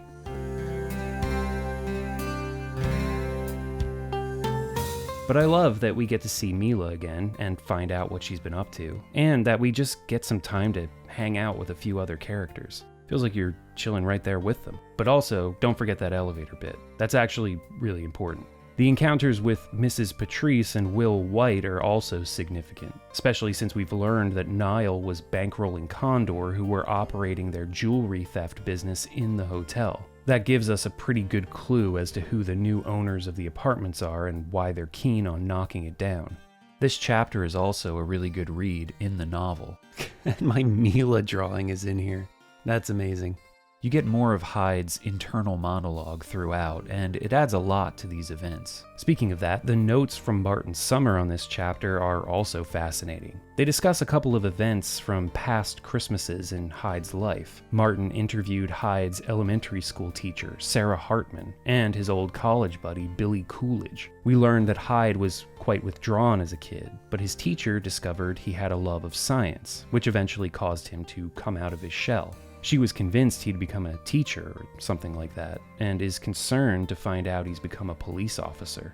The incident from Billy details Hyde's relationship during college with a woman named Christine. It seemed like true love, but one Christmas Eve when the two were meant to meet for a date, Christine didn't show. Turns out she was rushed to the hospital after being hit by a stray bullet from a gun that had been tossed aside by a criminal during a police chase. She died as soon as Hyde arrived at her hospital room. You can see the shape of Hyde's policeman origin story throughout these notes. But the really compelling thing is how fully formed Hyde is as a character from childhood to the current events of the story. There are some authors and creators who do this background profile on their characters. In fact, Hirohiko Araki, creator of JoJo's Bizarre Adventure, devotes almost a whole chapter of his book, Manga in Theory and Practice, to describing how he always creates a sort of resume for his characters, going deeply into their pasts, their secrets, even their hobbies and favorite foods. He openly admits most of this information never makes it to the surface in his stories, but he discusses how important that intimate knowledge of a character is for making them believable. If you're interested at all in storytelling or character building in any medium, I highly recommend Araki's book. It's pretty great. Like Araki says though, most of this information never makes it to the actual story. So it's awesome that Last Window shows us all of this information about Hyde, if you're brave enough to break those seals at the end of the novel chapters. Anyway, I hope you all enjoyed this little break. Let's return and wrap up Last Window's story.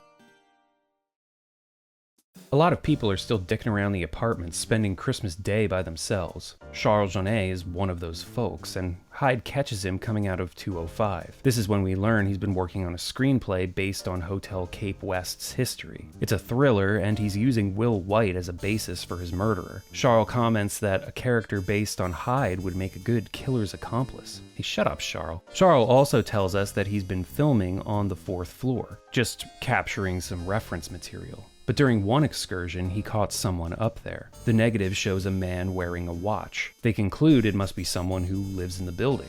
And Charles proves to be just as much of a creep as some of the other characters, because he's also been taking photos of the other tenants without their knowledge. He has one last photo he needs to develop. So they go into Charles' bathroom that he's converted into a film development studio, and Hyde insists that he be the one to develop the film, which doesn't make any sense. He even admits he doesn't know how to do it, but video game. So we need to dip this film in the liquid and take it out just in time. Too little and it won't develop fully. Too much and it will be ruined. Ruining the film leads to a game over. Next, we compare the film negative with the man in the watch to photos of other male characters and find the watch matches Will White. Hyde's itching to have a word with White, but Charles says he left yesterday evening and hasn't come back. Proving his own adept criminal mind, Charles suggests breaking into Will's apartment. He even offers to pick the lock. And Hyde, instead of questioning all of that, just says, yeah, sweet, let's do it. When they get there, they find the door unlocked though, and Dylan comes out. He makes up some excuse that Mr. White had asked him to turn the water off in his place while he's gone. Hyde calls bullshit, but Dylan runs away. So he and Charles go through with their plan of sneaking into Will White's room. So we need to snoop around the apartment. Charles is our lookout, and if anyone comes by, he'll knock on the door to let us know. We have to remain still when that happens, otherwise we'll get caught. Which is really funny when it happens. I love the failure music.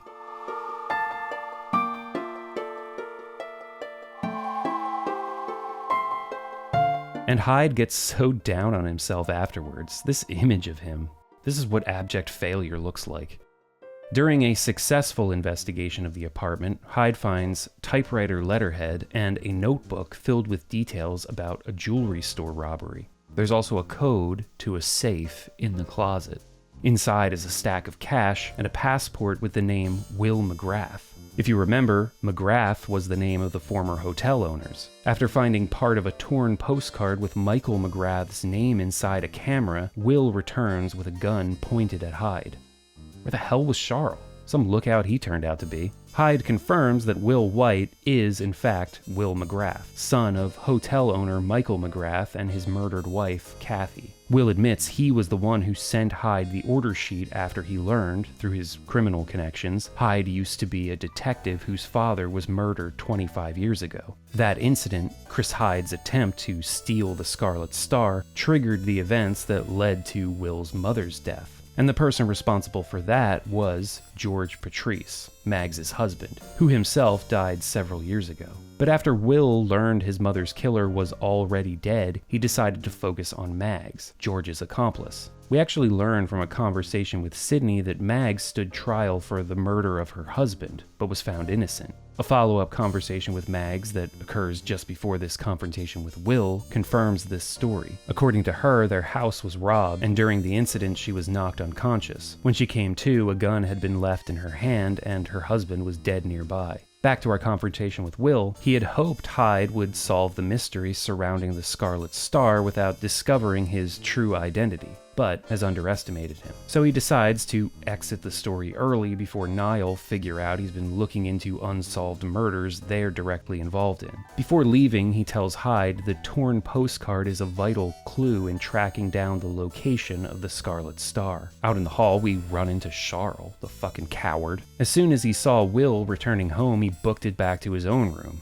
Thanks a lot, dude. Anyway, speaking of all this Niall business, at this point in the story, Marie has decided to leave with Rex's help, but that evening she calls Hyde and tells him someone is lurking outside her door. When Hyde steps out to see who's there, he spots Dylan and chases him up to his own room on the 3rd floor. The apartment is a mess, and Dylan reveals that Niall ordered him to keep tabs on Marie. So Dylan was a Niall operative this whole time. Yeah, this guy.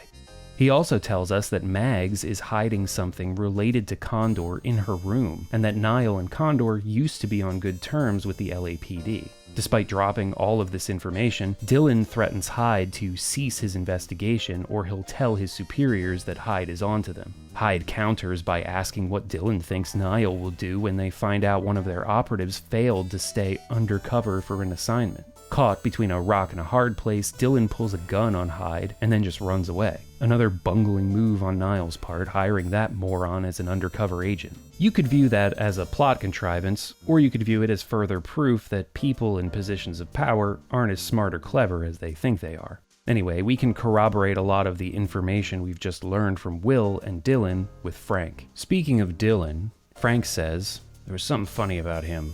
Kind of like a smell that can only be picked up by seasoned detectives like me. Really? You need to be a seasoned detective to recognize that dude was a weirdo? Guess that makes me a seasoned detective then.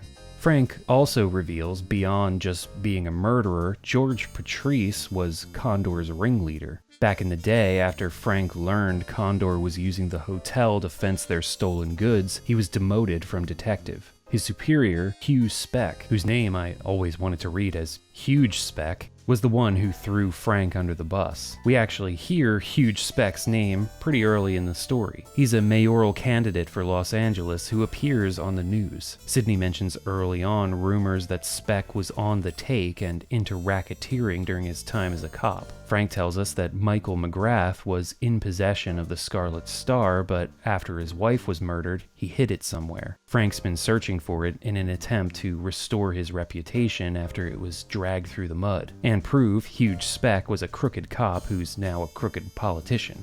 Or should I just say cop and politician?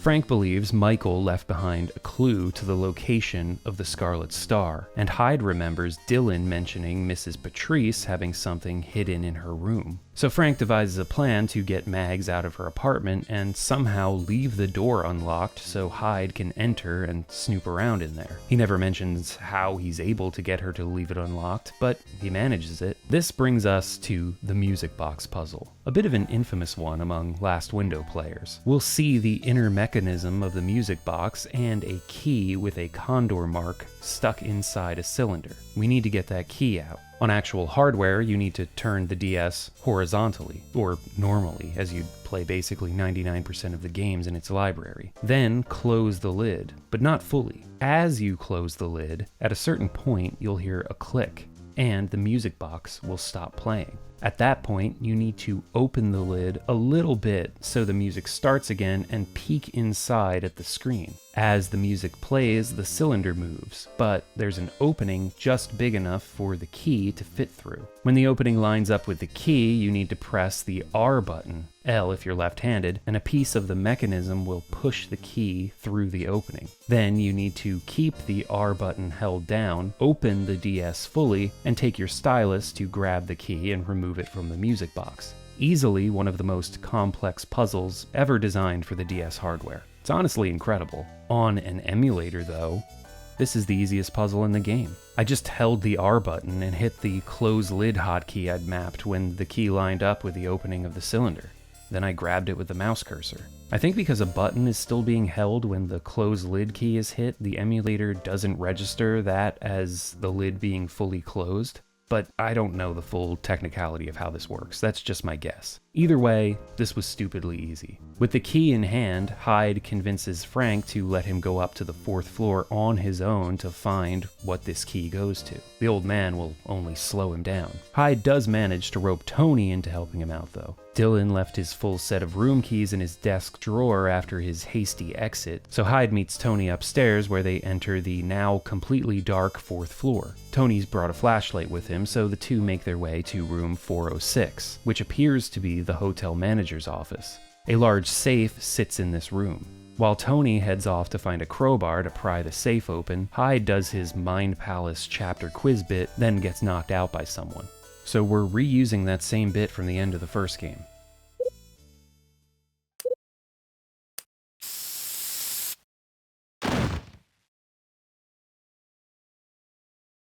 Upon waking, Hyde realizes he wasn't conked in the head with a brick, but sprayed with some kind of sleepy gas. Convenient. He also awakens to find himself tied up. Luckily, he knocks a nearby vase, or vase, off a table and it breaks on this fluffy carpet. Listen, I've watched the Always Sunny bloopers. I know for a fact vases don't break that easily. Very quaint. Whoa! This is an unbreakable vase, dude! This is a joke. Very charming. Fuck you! Break the fucking thing. How is this unbreakable? Let's get something different. Hyde uses one of the shards to cut his bonds and finds he's been locked inside this room, so he just busts down the door. Out in the hallway, Tony has also been knocked unconscious with sleepy spray, but the culprit didn't take away the crowbar he brought, so they use it to open the safe and find an empty box. However, they notice something in the door itself, so they pry that open and find the diary of hotel owner Michael McGrath. Inside, Hyde learns McGrath was the one who shot his father in 1955 when he discovered Chris Hyde in his office attempting to steal the Scarlet Star. Michael also killed George Patrice to avenge the death of his wife Kathy. He set up the crime scene to make it look like Margaret had murdered her husband. However, as we learned from Sydney earlier, when she was on trial, the jury found her innocent. Tony's had enough adventure for one night, but Hyde goes off to fill Frank in on what they've discovered. That's when Frank reveals that he was the one who told Chris Hyde to steal the Scarlet Star. However, Frank knew Chris under a fake name, Gregory. And at this point, he has no idea that Kyle is Chris's son. According to Frank, he was part of a task force that was investigating Hotel Cape West and its link to the Condor jewelry heists. They needed solid evidence, so Frank hired Gregory to steal the Scarlet Star. Gregory had worked for Condor but wanted out, so Frank made a deal that this would be his last job. Steal the Scarlet Star for the investigation, and they'd make incidents from his past go away, and also bury the organization that could come back at him for revenge. Frank gave Gregory the keys to a fancy automobile. That's just the way things were done back then. Okay, sure. So the plan was Gregory would steal the contents of the safe, then signal from the window to Frank, after which Frank would call in the cavalry and the whole place would get raided. Only something went wrong that night.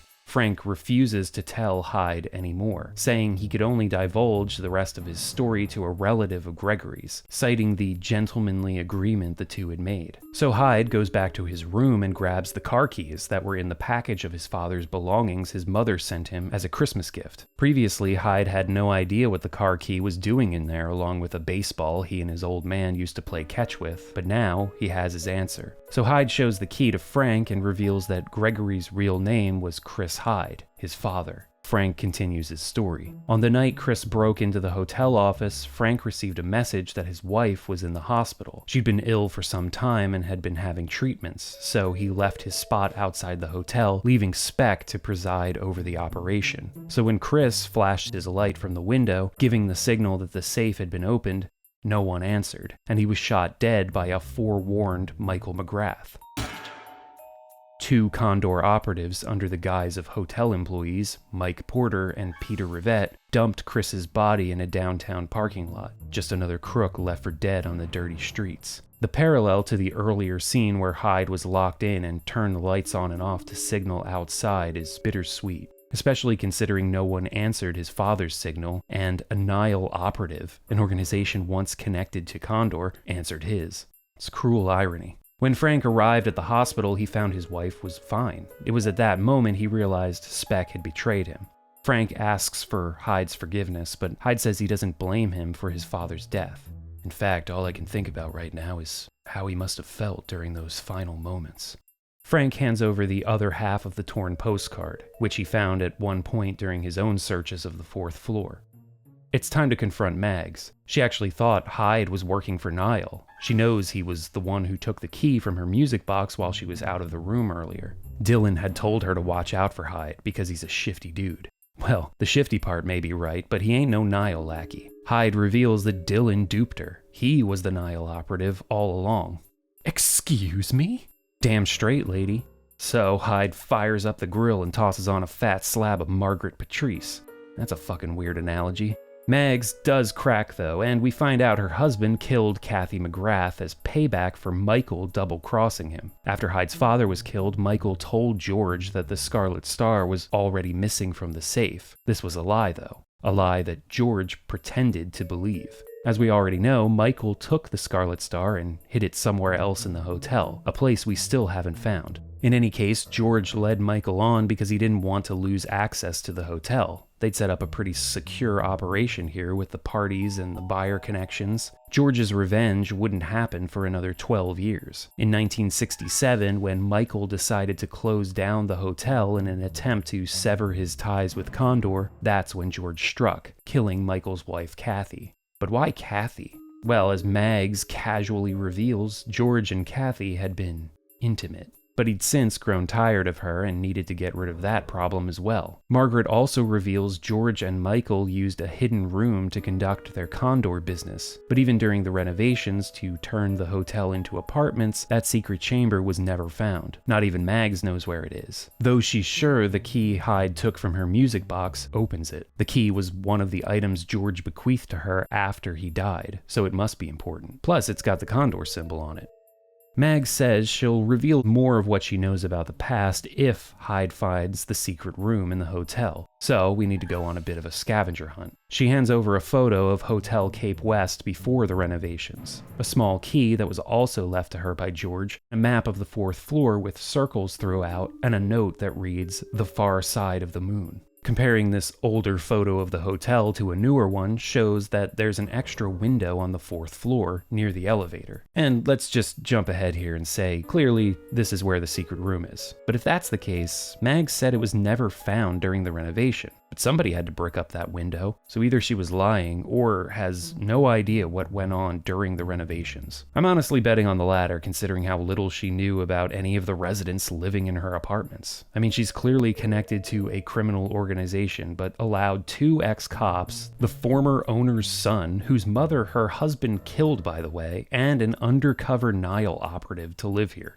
Anyway, up on the 4th floor, those circles are Condor engravings, each turned in a specific direction and bearing a Roman numeral. Luckily, each time Hyde finds one, he draws it himself in the notebook. There are 6 of them in total, all clearly marked on the map given to us by Mags, so it's just a matter of going to the locations and recording them all. When we put together the 2 torn postcard pieces that we got from Will McGrath and Frank, we can flip it over to find a code on the back. I believe it's only after finding all the Condor marks that you can do this, because the 2 are connected. If you remember where that window that's been bricked up was in the old photo, it was next to the elevator. So hop in and check the panel. Notice the 4th floor has a small keyhole. Using the small key given to us by Mags reveals a small switch. Flipping that turns the elevator buttons into an input device for the code we found on the back of the postcard. So how do we decipher this code? That's where the Condor marks come in. The bodies of the condors point to different squares, and the direction the heads are turned point to either the number or symbol on the left or right of that square.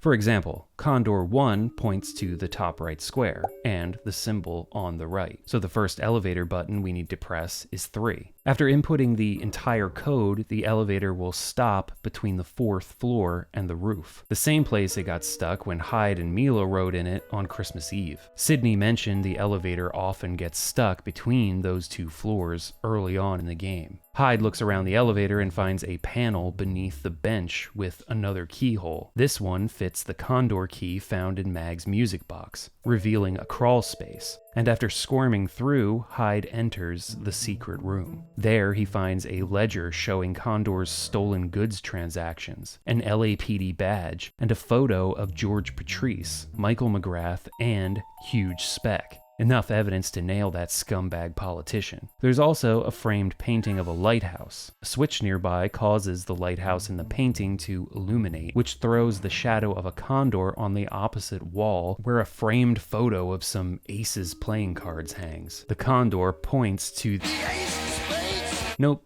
the ace of diamonds. Well, we are looking for a diamond, and there's only one lighthouse nearby. It's the one on the roof that Mila wanted to see during her visit. The light from the monument also casts the shadow of a condor on the roof. That shadow points to a spot on a brick wall where one of the bricks looks newer than the others, and tapping away at that brick reveals the Scarlet Star. Hyde wonders if when his dad died he was clutching this very stone in his hands. My grip on the Scarlet Star tightens as I think of my dad's dying moments. The jewel gradually starts to grow warmer in my hand. It feels as though the stone is transcending the 25 years since it was held by him, bringing us together again. Just then, the elevator ascends and out steps Margaret Patrice. So of course, Margaret lied. Of course she knew where the secret room was. How Hyde didn't put that together earlier when I mentioned it is beyond me. Margaret was banking on Hyde finding the room, in fact. When he shows her the Scarlet Star, she admires it and waxes philosophical on how it was the cause of so much bloodshed. Hyde's father, Kathy McGrath, and her own husband, all murdered because of their involvement, either directly or indirectly, because of this stone. Surprisingly, she hands the stone back to him. She only wanted to keep it hidden. She had no desire to have it for herself. Margaret then tells the story of her life with George Patrice. They met when she was a dancer and he was still a saxophonist. Even at that time, he wasn't a good man, a serial womanizer who kept dubious company. He soon became involved in criminal activities, and Margaret decided she needed to know everything he got wrapped up in, making herself an accomplice as her way of developing some sort of intimacy with a man who so freely gave it away. The feeling of guilt that arose from all the crimes was what chained us together. However, that feeling wasn't enough to keep their marriage going. George had an affair with Michael's wife, Kathy, betraying both his own wife and best friend and business partner. By this time, Margaret's feelings for George had faded, so she didn't make a fuss about the fling. After Kathy was murdered and George told her about it, she felt that she'd had a hand in creating a monster, staying idly by and watching him commit various crimes, keeping his secrets. So, she decided to murder him, but Michael McGrath beat her to it. She was knocked out and woke up with the gun in her hand. When she saw her husband dead across the floor from her, she only thought, enough. He had gotten nothing short of what he deserved for the crimes he committed. But she vowed that she would keep his secrets. Throughout her murder trial, she remained silent and gave the police no details. She admits she wanted to be found guilty, but in the end, she was let off. Possibly thanks to how deeply Condor and Niles' influence ran throughout the justice system. She's relieved to have finally been able to tell her secrets to someone, having that burden lifted from her. After leaving the roof, Hyde takes one last look in 406, out the window where his father took his last view of the city 25 years before. Last Window's Japanese title is Last Window, Ma Yonaka no Yakusoku, Last Window, Midnight Promise. Has a more wistful and story-specific ring to it than The Secret of Cape West. 25 years have passed since my dad was killed. I'm now the same age he was then, standing in the same room and looking out the same window. What did he see when he stared out through it? What was he expecting to see? I may have uncovered what happened then, but I'll never know what he was thinking. There is one thing I know for certain, though. He was standing by this window because he made a choice which was made with me and Mom in mind. I closed the curtains and let the memory of my dad rest at last.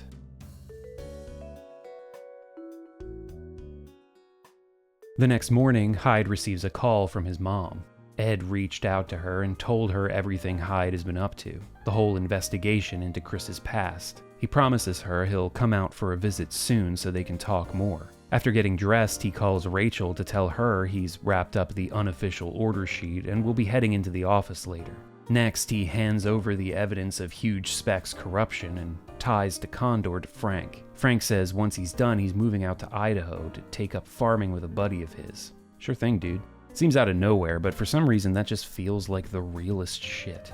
We can say bye to a few of the other residents. Charles plans to stay in the city to keep working on his screenplay. Claire says her mother has come to the cafe. This is a subplot I didn't really touch on, but Claire has been worried about her parents' separation because she knows they still love each other and what happened between them was a misunderstanding. Claire's mom thought Sydney was cheating on her with Mrs. Patrice because he testified in her defense at her trial, and she gave him the startup money for the cafe. I didn't really know where to fit in such a small plotline among all this other stuff, but it's being resolved now. Tony's got shows lined up, and Hyde asks him how he's feeling after being knocked out with sleeping spray last night. And speaking of that, who did knock out Hyde and Tony?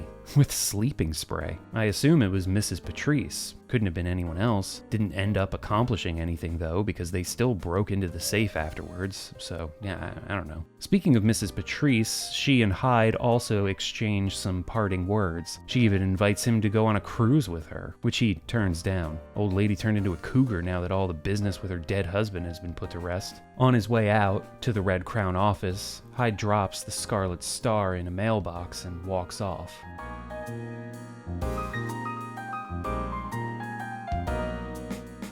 After the credits, we find out from a news report on TV that John Taylor became the new mayor of Los Angeles after Huge Speck dropped out of the race. And the Museum of Natural History received the Scarlet Star as a donation. So you're telling me some federal postal worker found that diamond in the mailbox and just donated it to a museum? That's the most unbelievable part of this entire story.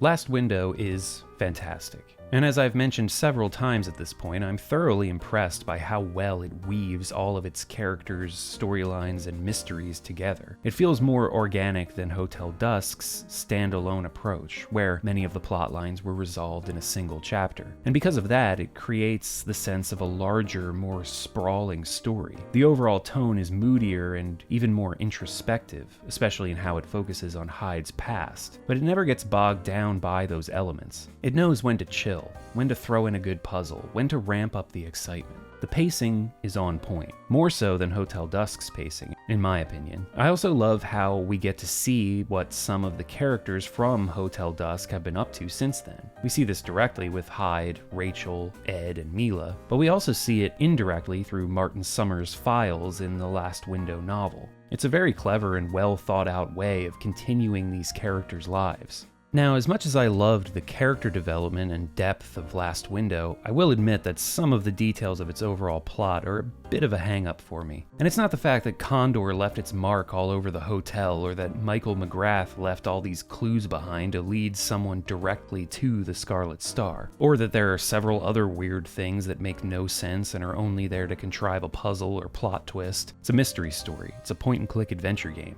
It's fine. My big issue is with Nile themselves. Like, what a dumb criminal organization. How have they survived for so long? First of all, why did they just leave all of this evidence in the hotel after Michael McGrath closed it in 1967? Wouldn't they have wanted to come through and clean up a bit? You know, cover up the hard evidence of their criminal activities? And, okay, setting that aside, even if they left all the evidence there, just lying around exactly as it was 13 years ago, why would they allow Margaret Patrice to purchase the hotel in the first place? Maybe they let her preside over the building since she was George's wife, who was the leader of Condor after all. But then, why would they allow her to renovate it and open it up as apartments? And if they were letting her do that, why not just renovate the 4th floor? Why did the rooms up there need to be preserved and only blocked off by a fire door that everyone and their goddamn mother knew how to get through? And, okay, even if they allowed her to do all of that,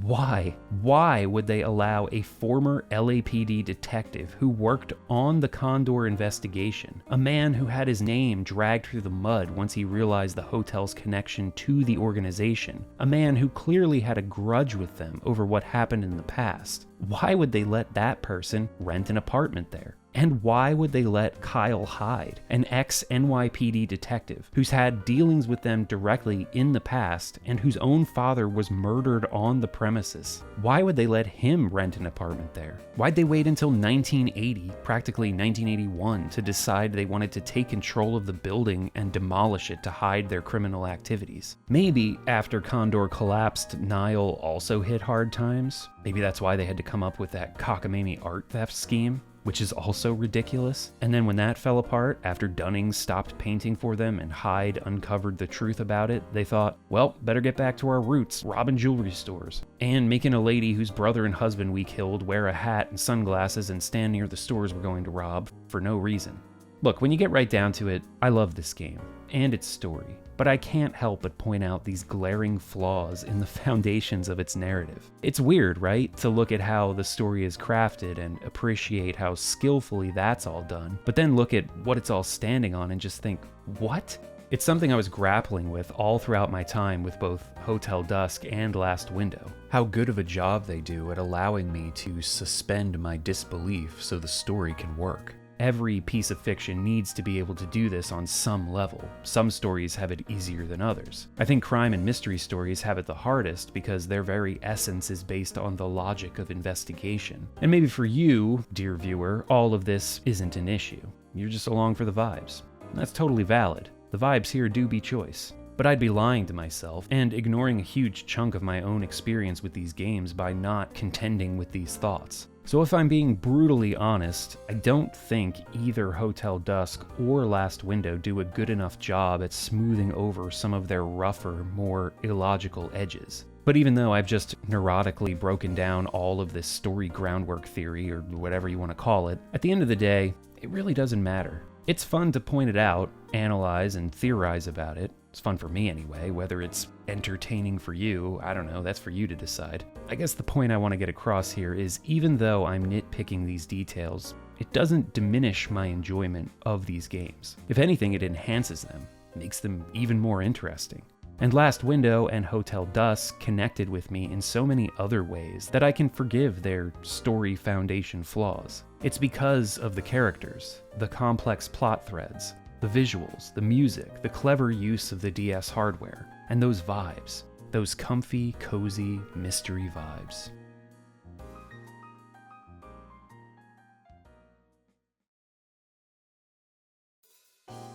Both Hotel Dusk and Last Window, along with developer Sing's library on the whole, have a dedicated following and die-hard fans, who I probably upset by sort of dismissing the Another Code series earlier. In my defense, I wasn't dismissing those games. I've played them, and they're good. It's just they didn't inspire me to want to make a multi-hour video, while Hotel Dusk and Last Window did. They just spoke more to my own tastes and sensibilities. But it's a real shame about Sing's demise. They were a company that really thrived on the DS, making use of the hardware in clever and imaginative ways to enhance the narratives and the tactile experience of their games. I'm lucky enough to have both Hotel Dusk and Last Window on my 3DS, and playing through them on an emulator to capture footage really highlighted how intrinsic the actual hardware is to these experiences. They were very thoughtful developers. Taisuke Kanasaki would never direct another game after Last Window, but he did work as game designer on Chase, Cold Case Investigations,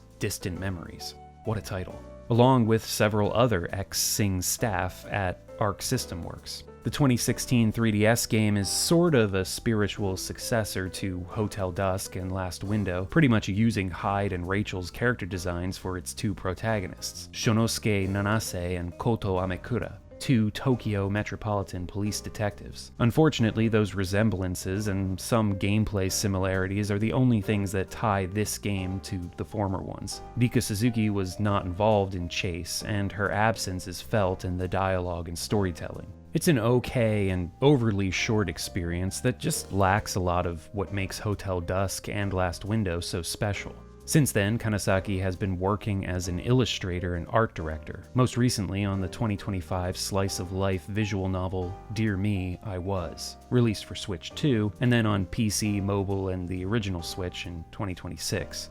Rika Suzuki, meanwhile, seemed to have disappeared from the games industry for a bit after Last Window's release, but she's very recently returned with a new visual novel written by her called Dark Auction. There's a demo on Steam and the full game is out, but unfortunately, and it pains me to say this, AI was used to generate some of its art assets. So that's a big nope from me and many other people, I'm sure. But beyond that, the writing and scenario is really boring and uninspired. It's a huge shame. I mean, the whole project is just a huge shame. So yeah, that's a sad ending to a game scenario writer who has such beloved titles under her belt. I mean, it's not exactly her ending, but a sad note to end her story in this video on. So let's get back to Hotel Dusk and Last Window. They're both incredible games, and because their gameplay and presentation are so similar, it's a tough call to say which one is better. It comes down to personal preference, and for me, I have to give it to Last Window. I just enjoyed the way the characters and stories were interwoven more in that game. I also preferred the apartment building with its fun and sometimes spooky fourth floor explorations, as well as the loose sense of community you got from the other residents. I liked how the narrative in Last Window was broader, included more hints of the world outside the story, and how it expanded on the other characters' lives. But I recognized that last bit with the characters wouldn't be possible without Hotel Dusk's foundation. And Last Window only has a slight edge over Hotel Dusk for me. The airiness and more mythological nature of Hotel Dusk's story is still awesome, and I appreciate its more detached, almost dreamlike world just as much as Last Window's more grounded one. They really are two sides to the same coin. I wish we had a chance to see more stories about Kyle Hyde, Mila, and Rachel, and Ed too, I guess. I mean, who gives a shit about that old geese? But yeah, him too. Even though Hotel Dusk and Last Window go for the whole novel conceit in their storytelling, because of its visual nature, it felt to me like two good seasons of a TV show, each chapter making up an episode. The first provided the basis. The second was more confident and expanded its world and characters. Then it was canceled. And though we're left wanting more, at least we had two really solid outings. Both Hotel Dusk and Last Window are games that are, well, they're not forgotten, or even underrated. In fact, they were and continue to be rated very highly by critics and players alike. They just sort of feel like they were left by the wayside a bit, which almost seems fitting in some poetic sense. They're out there, on the periphery, just waiting to be recalled, like some fragment of a half-forgotten memory, which was Sing and Rika Suzuki's calling card when it came to the mood of their games. So that seems like a pretty good analogy to end things on. That's it for Hotel Dusk and Last Window. Hope you enjoyed the video. I apologize that it's been almost 3 months since the last video, regular video I should say. I did release a bonus video for patrons and YouTube members back in January. It's on a PS1 adventure game called Iblard, so yeah, that's over there for supporters along with a few other bonus videos. But yeah, I got sick in February, lost my voice for a bit, then just really struggled to get back into the rhythm of working on this video for a while. And it was super frustrating for me, not being able to really focus and make decent progress, but that's just the way it was for a while. I tried to force it for a bit, and that became even more frustrating, so ultimately I decided to just go with the flow, and I think that helped me relax and get a better handle on things. And as I got toward the end of working on this video, I started to feel better mentally and had worked back up to my normal pace, so that's good. Hopefully that means the next video won't take as long. But yeah, all I can say is thanks for your patience, and thanks for watching this far into the video. And I really need to thank my supporters for being there each month, sticking it out with me. I appreciate you. If you'd like to join them in supporting me, if you've got the means, you can join the Patreon or become a YouTube member. Both groups get the same benefits. They get to watch the videos a few days early. That's why you always see comments right when the video goes live. Those cats have already been watching it. They get exclusive updates from me, and they get access to the Dungeon Dwellers Archive, which are the aforementioned bonus videos. If you support with $5 or more each month, you also get your name read out loud at the end of videos like these Dungeon Architects. 2 Password for Kids, 64 Master is still giving Playdate a chance, 8-Bit Unicorn, Akai Kiki, An Owl, Andrew Cole, Antichrist Alex, Atalanta D, XG 1992, Axer, Bad Baphomet, Birthquake, Biblio Jones, Breeze McMothman, Brendan Jamieson, Brian but on Patreon, Chaos Arcanum, Dan, Daniel Hamilton, Dan Persona, Darkest Abyss, Das Guru, David Carr, David Host, Delatar Tepes, Deep Dive Stocks, Dirt Possum, Dollar Store DJ, Draco E, Desurio, Duck, Dizian, El Jaguar, Elizabeth Nairn, Emmeline Payne, Etham Kalash, Eugene, Faye of Whimsy, Famous Koozie, Fnar, Fuzzmosis, Garbage Person, Gloria Gordon, Half HP, Hibernia Scholar, High Food Court, Hollow Best Wife, Forrest Rees. I'm starting to feel like most of my parasocial relationships are one-sided. Ian C, Insidious Bliss, Izzy Lexus, Jack the Nipper, Jan Calway, Jared Bynum, Jared Carlson, J-Bud Airline, John B, John Grave, Jose Baron, Joshua Ayers, Jugemu Unko, Justin Darnell, King Bonkers Error 1884, Kale, Captain Ketchup, KG, Kenny Mitchell, Kevin Hanley, Krizik, Kyowa, Lamont Atkinson, Lilium, Mira, Magic Circuit, Mateo Feo, Max Grosshandler, Maximus Brime, Meownarchy, aka Roxy, Micah Powers, Miguel Luis Estrada, Mortags, Mr. Loser, Mr. Eater, Neckout the Brave, Nick Wolf, Nightshade, Nocadian, Nozomi Corgi, Opalin, Otter Redo, Paul Fierce, Pazuzu, Persparkle, Prinny Dude, Razor Good Stuff, Rez, Richard Dante Sanchez, Richard Cutting, Rich Short 12, Roberto Hernandez, Rocket Owl, Rog U, Saint Murray, Salvatore Toasty, SC Fade, Shannon Gates, Shivering Dova, Sigma Sim 69, Silatixo, Slowbro 96, Snarls Darwin, Sora Q8, Spoons, Suiko Force, Supertramp, Tenny Lava, That Uninformed Guy, The Plath, The Stoic One, Tucky Ducky, Tyranny Frigate, Veno Nox, Vexen Dagrin, Vinci, Volfram C, Vulgar Tongue Official, West Covered Wars, Whole Cloud, Willem Rosenthal, Winter Chunk, Zarin, Yoni42, Zethrin, and Ziasquin, as well as these dungeon connoisseurs.